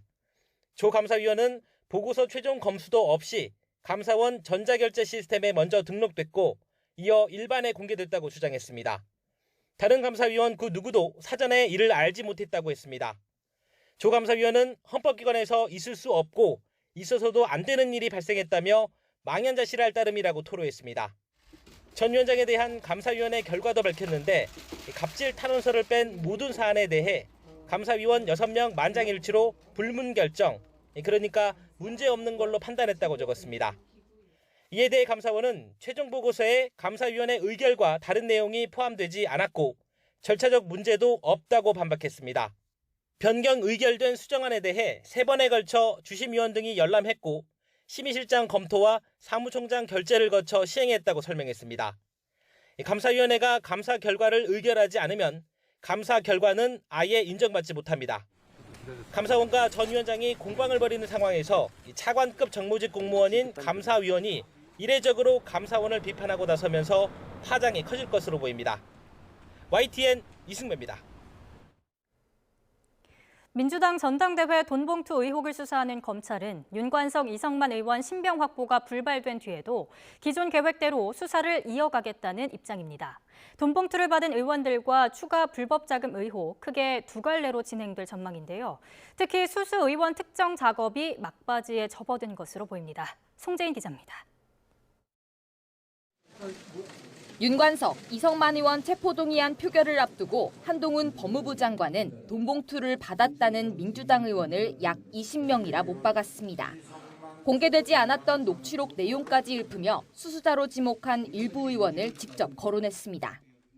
회관 돌리면서 쭉 만났거든. 윤땡땡 의원하고 김땡땡 의원 전남 쪽하고 라고 의원들의 실명을 직접 말하는 통화 녹음 등 돈 봉투의 조성 살포 과정이 마치 생중계되듯이 녹음되어 있습니다. 당사자들 면전에서 대략적 숫자와 이름의 일부까지 공개적으로 언급한 만큼 검찰의 금품 수수 의원 특정은 막바지 단계에 이른 것으로 보입니다. 두 의원 신병을 확보해 돈봉투 명단을 입체 검증하려던 계획은 무산됐지만 추가 소환이나 구속영장 재청구는 실익이 크지 않다고 보고 기존에 확보한 정황 증거를 종합해 현역 의원 줄소환을 위한 정지 작업을 끝마칠 것으로 보입니다. 검찰 관계자는 이정근 녹취록에 더해 핵심 관계자들도 사실대로 진술하고 있다며 물적, 인적 증거로 특정해 나가고 있다고 밝혔습니다. 체포동의안 부결 하루 만에 돈봉투를 받은 것으로 의심하는 현직 정책위 부의장도 불러 차질 없는 수사 의지를 드러냈습니다. 송영길 전 대표를 향한 검찰의 투트랙인 불법 정치자금 수사 역시 구체화하고 있습니다. 송 전 대표 후원 조직인 평화와 먹고 사는 문제 연구소 자금이 경선 컨설팅 비용으로 유용된 정황을 잡고 강제 수사에 착수한 검찰은 압수물을 토대로 먹사연 자금이 경선 캠프로 유입된 또 다른 경로가 있었는지 등을 확인하고 있습니다. 두 의원 신병 확보 실패로 수사 동력이 떨어질 거란 일각의 시선에도 검찰은 기존 계획대로 수수 의원과 추가 금품 수사로 수사망을 좁혀가고 있습니다. YTN 송재인입니다. 에콰도르에서 한 할머니가 장례식 도중 관에서 살아나 가족들을 놀라게 한 일이 벌어졌습니다. 화면으로 준비했습니다. 네, 관에 누워있는 한 할머니, 힘겹게 숨을 몰아쉬는 모습 볼 수 있습니다. 불과 몇 시간 전 병원에서 뇌졸중으로 사망 판정을 받은 에콰도르의 76살 여성 벨라 몬토야입니다. 장례식장에서 옷을 갈아입히려고 관을 열었던 유가족들은 아직 살아있는 이 할머니를 발견하고 깜짝 놀랐습니다. 할머니는 다시 구급차를 타고 사망 선고를 내렸던 병원으로 옮겨져서 치료를 받고 있습니다. 아들은 기적 같다며 어머니가 다시 건강을 되찾기 바란다는 바람을 나타냈습니다. 에콰도르 보건부는 조사위원회를 구성해서 이 병원이 어떻게 사망 선고를 내릴 수 있었는지 조사에 들어갔습니다. 중국 텐진에서 아파트 두 곳에서 방화로 추정되는 폭발 사고가 발생해 3명이 숨졌습니다. 인민일보 등 현지 매체들은 어젯밤 8시 10분쯤 텐진시 허둥구의 아파트 두 곳에서 폭발 사고가 발생해 3명이 숨지고 여러 명이 다쳐 병원으로 이송됐다고 보도했습니다. 또 26가구가 형체를 알아보기 어려울 정도로 파손이 돼 34명의 주민이 긴급 대피했습니다. 현지 공안은 46살 마모 씨가 폭죽을 터뜨려 사고를 낸 것으로 보고 체포해 조사하고 있습니다. 쿠바에 최근 사흘 동안 폭우가 쏟아지면서 6명이 숨지고 재산 피해가 잇따랐습니다. 쿠바 공식 포털 보도에 따르면 우기를 맞아 쿠바 동부에 집중된 폭우로 사망자가 나오고 주택 수백 채가 망가졌으며 수천 명의 이재민이 발생했습니다. 또 수도 아바나 남동쪽 그란마 지역 등에서는 산사태와 강 범람으로 105개 마을 주민 18,000여 명이 고립되고 사탕수수 농장 등이 유실됐으며 고속도로와 철도, 주요 시설이 큰 피해를 입었습니다. 저출생을 극복하기 위해서 공기업과 민간기업을 불문하고 다자녀 직원들을 우대하는 정책이 쏟아지고 있습니다. 그런데 인천관광공사에서 셋째를 낳으면 조건 없이 특별 승진시키겠다는 파격적인 정책을 내놔서 주목받고 있습니다. 강성옥 기자입니다. 글로벌 관광 허브를 꿈꾸는 인천시에서 볼거리와 즐길거리 발굴에 열심인 인천관광공사. 이번엔 관광 정책이 아닌 파격적인 인사 정책으로 종일 술렁이었습니다. 5급 이하 직원이 셋째 자녀를 낳으면 특별 승진시킨다는 인사 방침이 공지됐기 때문입니다. 둘째 자녀를 출산하면 성과급 점수에 반영되는 인사 마일리지 가점을 주기로 했습니다. 앞으로 인천관광공사에서 과장급인 5급 직원이 셋째 자녀를 낳으면 곧바로 팀장급이 되는 것입니다. 이 제도가 우리나라의 저출산 문제를 해결하는 데 초석이 되었으면 합니다. 앞으로 우리 관광공사는 우리 직원들의 임신과 출산, 일과 가정이 양립할 수 있도록 각종 제도를 정비해 나가도록 하겠습니다. 특별 승진은 승진 연한이나 고과와 관계없이 인사위원회 의결을 거쳐 승진시키는 제도로 징계 등 특별한 사유가 없으면 승진할 수 있습니다. 인천관광공사는 이 같은 내용을 담아 내부 인사 규정을 개정하고 1년의 유예 기간을 거쳐 내년부터 시행할 예정입니다. 올해 초 인사혁신처가 3명 이상의 다자녀를 양육하는 공무원들에게 인사상 우대 혜택을 주기로 함에 따라 중앙정부와 지방정부 그리고 각급 공기업에서 인사 우대 정책이 줄을 잇고 있지만 특별 승진 정책은 인천관광공사가 처음입니다. 직원이 130여 명에 달하고 여성 직원이 60%를 차지하는 인천관광공사에서 다자녀 직원 특별 승진 방침을 두고 기혼과 미혼, 남녀에 따라 미묘하게 입장이 엇갈리고 있습니다. YTN 강성욱입니다. 챗 GPT가 나오면서 많은 양의 데이터를 짧은 시간에 처리하는 그래픽 처리 장치가 주목받고 있습니다. 하지만 GPU는 곧 AI 반도체로 대체되고 그에 따라 새로운 시장이 열릴 전망인데요. 시스템 반도체 도약이 절실한 우리에게 좋은 기회입니다. 보도에 박홍구 기자입니다. 챗 GPT를 개발한 오픈 AI의 샘 올트먼 CEO는 지난주 방한에서 윤석열 대통령을 만나 첫 번째 조언으로 시스템 반도체 생산 능력을 늘리라고 말했습니다. 챗 GPT 같은 AI 서비스가 많아질수록 반도체 수요가 늘기 때문입니다. 하지만 아직은 적절한 AI 반도체가 개발되지 않은 상태. 오픈 AI도 챗 GPT 구동을 위해 GPU를 10,000개 이상 쓰고 있습니다. 국내 기업들이 개발하고 있는 반도체 제품은 성능과 효율 면에서 GPU를 능가합니다. 직원 100명의 스타트업인 이 회사는 현재 카카오의 AI 반도체를 이용한 상용 서비스를 제공하고 있으며 내년 상반기 중에 2세대 제품을 내놓을 계획입니다. GPU보다 전력 소비는 60% 적고 제품 가격은 50% 저렴한 AI 반도체입니다. 지금 챗GPT급 그런 모델을 고성능으로 돌릴 수 있는 그런 2세대 칩을 지금 준비 중에 있기 때문에 저희가 굉장히 빠르게 또 현재 시장의 변화에 맞추어서 그 다음 제품을 지금 준비하고 있다 말씀을 드려서 SK그룹이 100% 출자한 이곳도 반도체 하드웨어만 놓고 보면 엔비디아의 GPU를 압도합니다. 문장을 이해하고 이미지를 인식하는 속도가 GPU보다 2배 이상 빠르다는 게 업체의 설명입니다. GPU 대비 이런 AI 가속기가 확실히 제품에 대한 어떤 효율성이라든가 성능이 워낙 좋다라는 것들이 사실 공신력 있게 증명이 된 거라고 보입니다. 이 밖에 KT에서 300억 원을 출자한 스타트업도 5나노 AI 반도체를 출시해서 본격적인 상용 서비스를 준비하고 있습니다. 하지만 AI 반도체의 성능은 하드웨어 자체보다는 제품을 구동하는 소프트웨어 능력에 따라 좌우됩니다. 엔비디아의 GPU 역시 쿠다라고 불리는 소프트웨어가 경쟁력의 원천입니다. 그 반도체 칩 비중보다는 소프트웨어 비중이 더 사실은 중요하고요. 실질적으로 그 부분에서 경쟁력의 차이가 나오게 됩니다. 챗 GPT 열풍은 GPU를 생산하는 엔비디아를 시가총액 1조 달러 회사로 만들었습니다. 하지만 GPU는 본격 AI 서비스를 위해 개발된 게 아니어서 전력 소모 등 비효율적인 부분이 많습니다. 엔비디아가 독점하고 있는 GPU를 대체할 AI 반도체는 앞으로 시스템 반도체 분야의 핵심 제품이 될 것으로 보입니다. AI 반도체를 계기로 한국 기업들이 비메모리 분야까지 주도하게 된다면 우리 경제는 큰 성장 동력을 얻게 될 것으로 보입니다. YTN 박홍구입니다.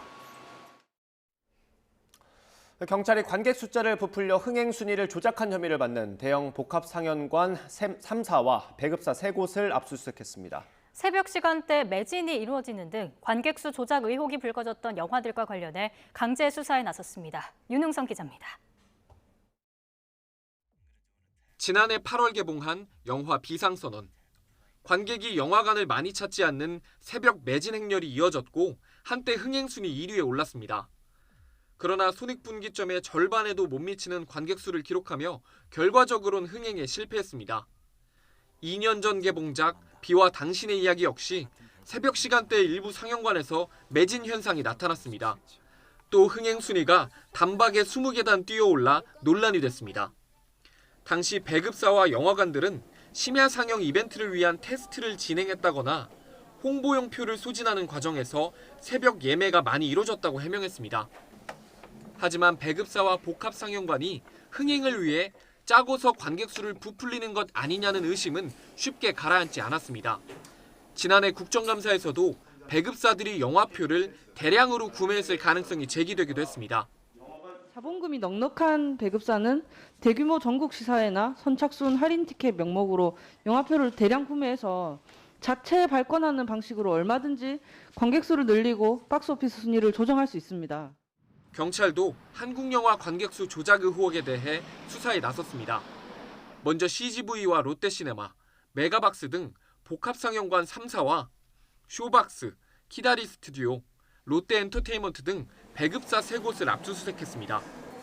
경찰은 이들이 전산에서 일부 영화의 관객 숫자를 부풀리면서 영화진흥위원회에 실시간 흥행순위 집계 업무를 방해했다고 의심하고 있습니다. 또 배급사와 영화관들의 순위 조작이 관행적으로 벌어졌다고 보고 업계 전반으로 수사를 넓혀갈 방침입니다. 이런 가운데 CGV와 쇼박스 등은 경찰 수사에 협조하겠다는 원론적인 입장을 내놨습니다. YTN 윤웅성입니다. 오늘 오전 10시 20분쯤 강원도 양양군 손양면에 있는 육군 모부대안 교회 앞에서 군용 헬기 한 대가 불시착했습니다. 이 사고로 조종사 등 2명이 가벼운 부상을 입고 인근 군 병원으로 이송됐습니다. 군은 정확한 사고 경위를 조사하고 있습니다. 오늘 새벽 3시쯤 경기 남양주시 수동면에 있는 의류창고에서 불이 나 3시간 40분 만에 꺼졌습니다. 다친 사람은 없었지만 의류창고 2곳과 내부에 보관하던 원단 등이 모두 불에 타 소방서 추산 5억 2천만 원의 재산 피해가 났습니다. 정부 마약범죄특별수사본부에 국방부와 해양경찰, 국가정보원이 새롭게 합류했습니다. 이에 따라 특수본 구성기관은 기존 검찰과 경찰, 관세청에서 모두 6개로 늘었고 수사 전담 인력도 974명으로 확대됐습니다. 특수본은 최근 군 내부 마약 범죄가 크게 늘고 있고 확산세도 클 것으로 우려되는 만큼 다른 수사기관과 협조 체계를 만들 필요가 있다고 설명했습니다. 또 해경 국정원과도 협력해 공항과 항만뿐 아니라 공해에서 일어나는 마약류 밀수입도 차단하는 등 수사 효율성을 높이겠다고 밝혔습니다. 온라인 앱 살인 사건의 피의자 정유정의 신병을 넘겨받은 검찰이 구속기간을 연장해 수사하고 있습니다. 부산지검은 지난 11일로 만료 예정이었던 정유정의 구속기한을 오는 21일까지로 연장해 보강 수사를 벌이고 있습니다. 강력범죄수사부 소속 3개 검사실로 전담 수사팀을 꾸린 검찰은 대검찰청 심리분석관도 투입한 것으로 알려졌습니다. 정유정은 지난달 26일 과외 앱으로 알게 된 피해자를 살해한 뒤 시신을 유기한 혐의로 구속됐고 신상도 공개됐습니다.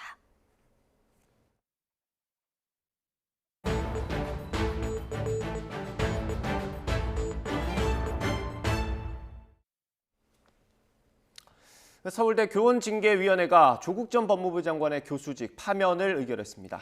조 전 장관 측은 성급한 처분이라며 불복할 뜻을 나타낸 가운데 서울대 측은 충분한 검토를 거친 결정이었다고 반박했습니다. 취재기자 연결해 자세히 짚어보겠습니다. 우종은 기자. 네, 사회부입니다. 네, 일단 어제 나온 의결 내용부터 정리해 주시죠.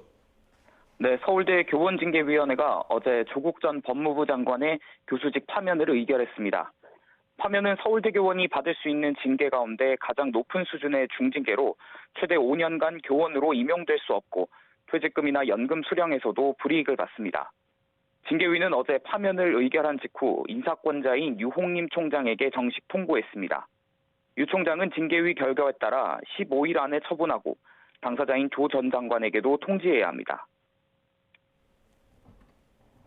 네, 서울대는 그동안 조 전 장관을 징계하는 데는 신중한 입장이었습니다.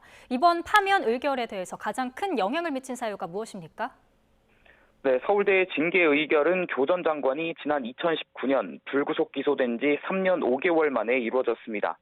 서울대는 기소 다음 날 조 전 장관을 교수직에서 직위 해제하고 징계위원회에도 넘겼지만 결정은 보류해왔습니다. 검찰 공소 사실만으론 혐의 입증에 한계가 있다며 1심 판결을 기다려봐야 한다는 이유에서였습니다. 그러다 지난 2월 조 전 장관에 대한 1심 판결이 나왔습니다. 서울중앙지방법원이 청탁금지법 위반 등 혐의로 기소된 조 전 장관에게 징역 2년과 600만 원 추징을 선고한 겁니다. 이에 따라 서울대 교원징계위원들도 판결문을 토대로 본격적인 논의를 시작했습니다. 앞서 징계위원회 회부 사유는 딸의 장학금 수수와 사모펀드 보고서 증거 위조 교사, 컴퓨터 하드디스크 증거 언닉 교사라고 조 전 장관 변호인단이 밝혔는데요. 서울대 관계자는 이 가운데 딸의 장학금 명목으로 600만 원을 받은 혐의가 법원에서 유죄로 인정된 게 이번 파면 의결에 중요한 영향을 미쳤을 거라고 설명했습니다. 서울대 교원 징계 지침은 직무에 관계없이 직무 관련자에게 500만 원 이상을 받으면 파면하도록 하고 있습니다. 네, 조 전 장관 입장 나왔습니까? 네, 조 전 장관 측은 서울대 징계위원회가 1심 선고만을 놓고 판단을 내렸다며 반발하고 있습니다. 조 전 장관은 어제 변호인단 입장이라는 제목의 글을 SNS에 올려 무죄 추정 원칙을 존중해 서울대의 법원 판단이 최종적으로 나기까지 징계 절차 중단을 요구했다면서 이번 조치가 성급하고 과도하다고 비판했습니다. 결정에 불복하겠다는 뜻을 분명히 한 만큼 앞으로 교원소청심사위원회나 행정소송을 통해 부당함을 다툴 수 있습니다. 앞서 조 전 장관은 1심 판결에도 불복해 항소했는데요. 1심 선고 직후 조 전 장관의 말 들어보시죠. 1심 재판 판결에 대해서 겸허히 받아들이고 남은 유죄가 난 부분에 대해서는 보다 성실하고 진솔하게 2심에 항소하여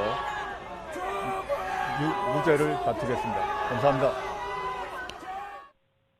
현재 서울고등법원에서 조 전 장관의 항소심은 진행되고 있는 가운데 오는 19일 두 번째 공판 준비 기일이 열릴 예정입니다. 네, 조 전 장관 측 반발에 대해서 서울대 입장은 어떻습니까? 네, 서울대는 사람이 아닌 사건을 봤다는 입장입니다. 서울대는 사안에 따라 대법원 판결을 기다려야 하는 경우도 있는 반면 기소 단계부터 징계할 수 있는 경우도 있다며 조 전 장관에 대한 파면 의결은 1심 판결문을 토대로 봤을 때 합당한 결정이었다고 밝혔습니다. 또 조 전 장관이 내년 총선에 출마할 수 있다는 관측이 나오는 가운데 이번 결정이 나와 공교롭다는 반응에는 징계 의결 일정은 조 전 장관 측과도 충분히 논의했다며 학교 입장에서는 황당한 지적이라고 전했습니다. 조 전 장관의 총선 출마설은 본인이 SNS에 게시한 글에서 비롯됐습니다. 조 전 장관은 지난 10일 경남 양산을 찾아 문재인 전 대통령과 함께 찍은 사진을 올리며 지도도 나침반도 없는 길을 걸어가겠다고 썼습니다. 지금까지 사회부에서 전해드렸습니다. 교내에서 재학생이 등교하던 중에 화물차에 치여 숨진 사고가 있었던 서울 동덕여자대학교 학생들이 대학 본관을 점거하고 밤샘 농성에 돌입했습니다. 동덕여대 총학생회는 어제 저녁 6시 반부터 본관 1층 로비에서 김명애 총장의 퇴진을 요구하는 밤샘 농성을 진행하고 있습니다. 이들은 지난 6년 동안 학생들이 가파른 경사로를 완화하고 오래된 난간을 수리해달라고 거듭 요청했지만 대학 측이 번번이 외면하면서 사고가 일어났다고 주장했습니다. 총학생회는 공청회 개최와 총장 사퇴 등 학생들의 요구가 받아들여지지 않으면 무기한 농성 등 단체 행동을 이어간다는 방침입니다. 20대 무면허 운전자가 승용차로 도로를 역주행하고 경찰을 피해 도주하다가 붙잡혔습니다. 아슬아슬했던 추격 장면이 경찰차 블랙박스에 촬영이 됐는데요. 함께 보겠습니다. 지난달 24일 낮 대전시 동구의 한 지하차도에 역주행 승용차가 신고됐습니다. 경찰이 쫓아가자 고개 운전을 펼치며 도망가는 승용차. 도로 연석에 부딪히는 등 아찔한 상황에도 속도를 줄이지 않습니다. 하지만 차는 골목길에서 반사경을 들이받은 뒤 멈췄고 뛰쳐나갔던 운전자 역시 결국 경찰에 붙잡혔는데요. 검거된 남성은 여자친구 휴대전화를 훔치고 흉기로 협박한 혐의로 경찰 추적을 받던 20대 불법 체류자였습니다. 경찰은 특수협박과 무면허 운전 등의 혐의로 사건을 검찰에 송치하고 남성을 출입국 관리사무소에 인계했습니다. 불안정한 대기 탓에 낙뢰와 우박 같은 변덕스러운 날씨가 이어지는 가운데 충남 예산에서 회오리 바람이 발생했습니다. 곧바로 소멸했어도 적지 않은 피해를 남겼는데 당분간 날씨의 변덕이 심할 것으로 예보돼 주의가 필요합니다. 이상권 기자입니다. 흙먼지가 바람을 타고 회오리치며 하늘로 솟구칩니다. 허공에는 돌풍에 찢긴 비닐들이 빙빙 돌며 날아다닙니다. 철제 구조물들도 바람에 날아가 곳곳에 떨어졌습니다. 지난 10일 오후 3시쯤 충남 예산군 응북면에서 갑자기 회오리 바람이 만들어졌습니다. 텐트가 막 이렇게 하늘로 올라가는 거고 처음에는 깜짝 놀랐는데 그 다음에 철판도 뜯겨 나가고 비늘도 나중에 하늘 높이 올라가면서 모래바람이 막 이렇게 부는데 무섭기도 하고 처음 보니까 좀 신기하기도 해서 당시 예산에는 초속 6m가 넘는 바람이 관측됐습니다. 인명피해는 없었지만 창고 시설물이 파손됐고 돌풍이 지나간 밭들은 쑥대밭으로 변했습니다. 지난 1일에는 중국에서 강력한 회오리 바람인 토네이도가 발생해 주택 70여 채가 파손되고 10여 명이 다쳤습니다. 4년 전 충남 당진에서도 토네이도급 회오리 바람에 현대제철소 창고 지붕이 뜯겨나갔습니다. 회오리 바람은 대기 불안정이 원인인데 최근 발생했던 낙뢰와 우박까지 동반할 수 있습니다. 대기 상층에 영하 15도 안팎의 찬 공기가 머무는 가운데 하층 기온이 낮에 25도 이상으로 상승해 기온차가 발생하기 때문입니다. 상하층으로 기온차가 크게 벌어지고 대기가 불안정해져 국지적으로 돌풍, 회오리 바람과 천둥, 번개, 우박을 동반한 강한 소나기가 당분간 내릴 가능성이 있겠으니 시설물 관리 등 안전 관리에 유의하기 바랍니다. 당분간 변덕스러운 날씨와 함께 우박이나 회오리 바람 같은 낯선 기상현상이 평소보다 자주 관측될 거로 전망됐습니다. YTN 이상곤입니다. 우크라이나가 해방을 선언한 동부 최전선 일부 지역은 여전히 격렬한 전투가 계속되고 있습니다.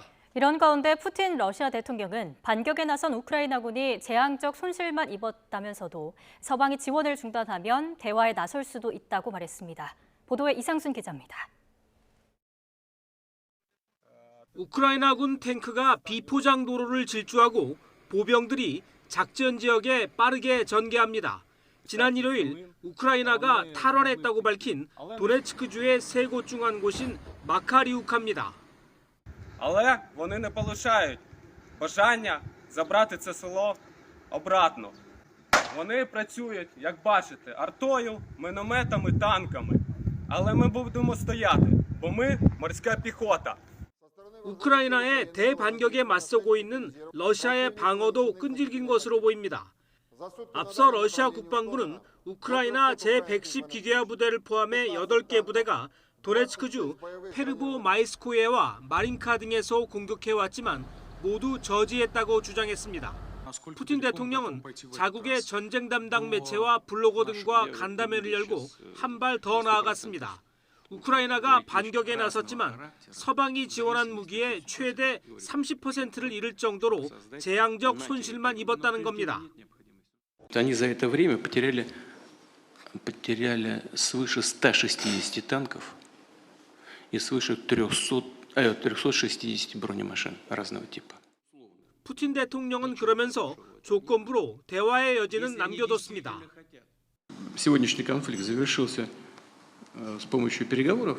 Им достаточно принять только одно решение: прекратить поставки вооружений и техники. Все. 하지만 이 간담회 직전 러시아는 젤렌스키 우크라이나 대통령의 고향 마을인 크리비리으시의 아파트와 창고 건물에 미사일을 퍼부었습니다. 이 공격으로 적어도 11명이 숨졌습니다. 우크라이나군은 동부와 남부 지역에서 러시아군과 격전이 벌어지고는 있지만 분명한 결실을 거두며 계속 전진하고 있다고 SNS를 통해 밝혔습니다. YTN 이상순입니다. 북대서양 조약기구 나토의 사무총장은 러시아군을 상대로 한 우크라이나군의 대반격이 진전을 보이고 있다고 평가하고 나토는 더 많은 지원을 할 거라고 밝혔습니다. 사무총장은 이어 우크라이나군이 더 많은 땅을 해방할 수 있도록 향후 더 강력한 협상력을 갖게 될 거라며 다음 달 나토 정상회의에서 우크라이나에 더 많은 원조를 하는 방안에 합의할 거라고 설명했습니다.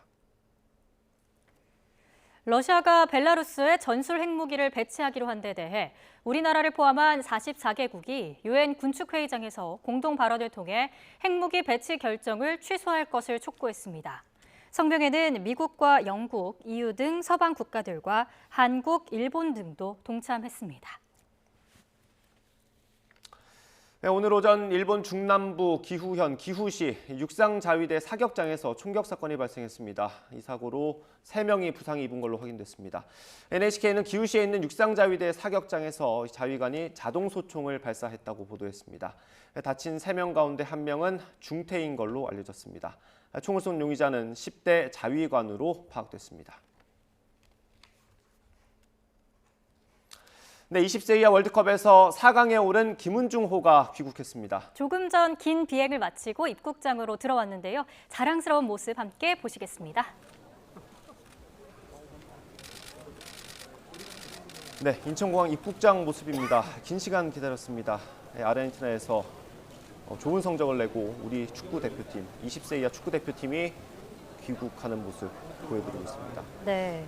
김은중 감독이 이끄는 U20 축구 대표팀 4위로 대회를 마감했죠.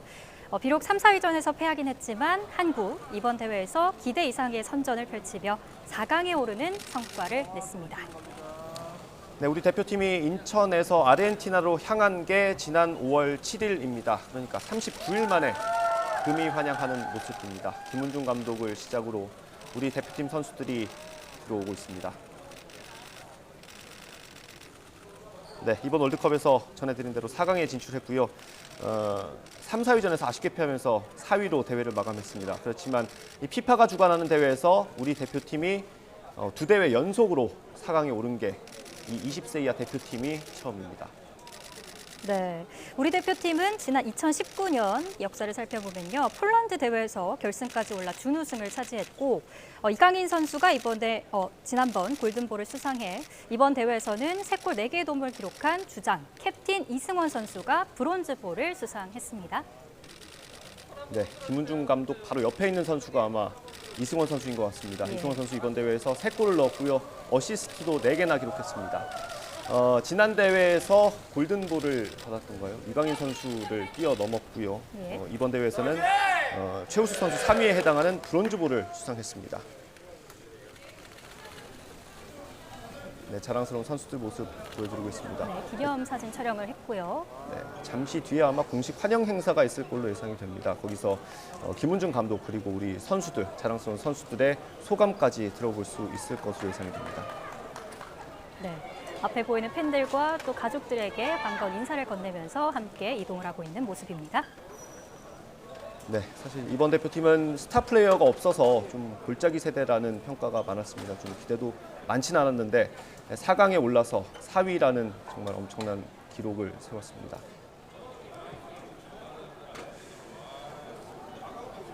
네, 꽃다발이 보이고 있고요. 귀국을 환영하는 꽃다발 받고 또 팬들에게 인사를 나눌 것으로 기대를 모읍니다. 네, 우리나라는 감비아와 프랑스, 온두라스까지 모두 한 조에 속해서 이 대회를 시작했습니다. F조였고요. 1승 2무를 거뒀습니다. 일찌감치 16강을 진출하면서 좋은 성적을 기대하게 했었고요. 네, 에콰도르, 나이지리아 꺾고 4강에 진출했지만 준결승에서 아쉽게 이탈리아에 패하면서 4위로 대회를 마감했습니다. 잠시 뒤에 저희가 공식 행사 모습도 전해드릴 수 있을 것 같습니다. 잠시 뒤에 현장 다시 한번 연결해 보도록 하겠습니다.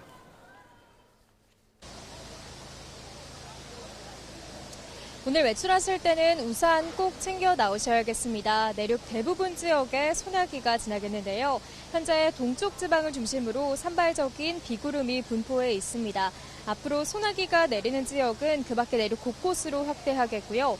벼락과 돌풍, 우박을 동반하며 요란하게 쏟아지겠습니다. 시설물 관리와 안전사고에 각별히 유의하시기 바랍니다. 오늘은 전국 하늘에 구름만 많이 지나고 있습니다. 대기질도 양호한데요. 다만 밤까지 내륙 대부분 지역에 5에서 많게는 60mm의 소나기가 내리겠습니다. 소나기 특성상 좁은 지역에서 시간당 30mm 이상으로 강하게 쏟아질 수 있겠습니다. 피해 없도록 각별히 유의하시기 바랍니다. 오늘 낮 기온은 예년과 비슷하거나 조금 더 높겠습니다. 서울과 대전의 한낮 기온 28도, 광주와 대구는 29도가 예상됩니다. 목요일인 내일까지는 곳곳에 소나기가 지나는 곳이 있겠습니다. 이후에는 점차 맑은 하늘이 드러나면서 기온이 오름세를 보이겠고요. 특히 다음 주 월요일에는 서울 한낮 기온이 32도까지 치솟는 등 때이른 한여름 더위가 찾아올 전망입니다. 오늘도 낮 동안 구름 사이로 볕이 강하게 내리쬐면서 대부분 지역에서 자외선 지수와 오존 농도가 짙게 나타나겠습니다. 노약자와 호흡기 질환자분들은 장시간 야외 활동을 자제하시는 게 좋겠습니다. 지금까지 YTN 윤수빈입니다. 이상으로 뉴스앤 이슈 마치겠습니다. 네, 20세 이하 축구대표팀의 공식 환영 행사는 이어지는 더 뉴스에서 확인하실 수 있습니다. 시청해주신 여러분 고맙습니다.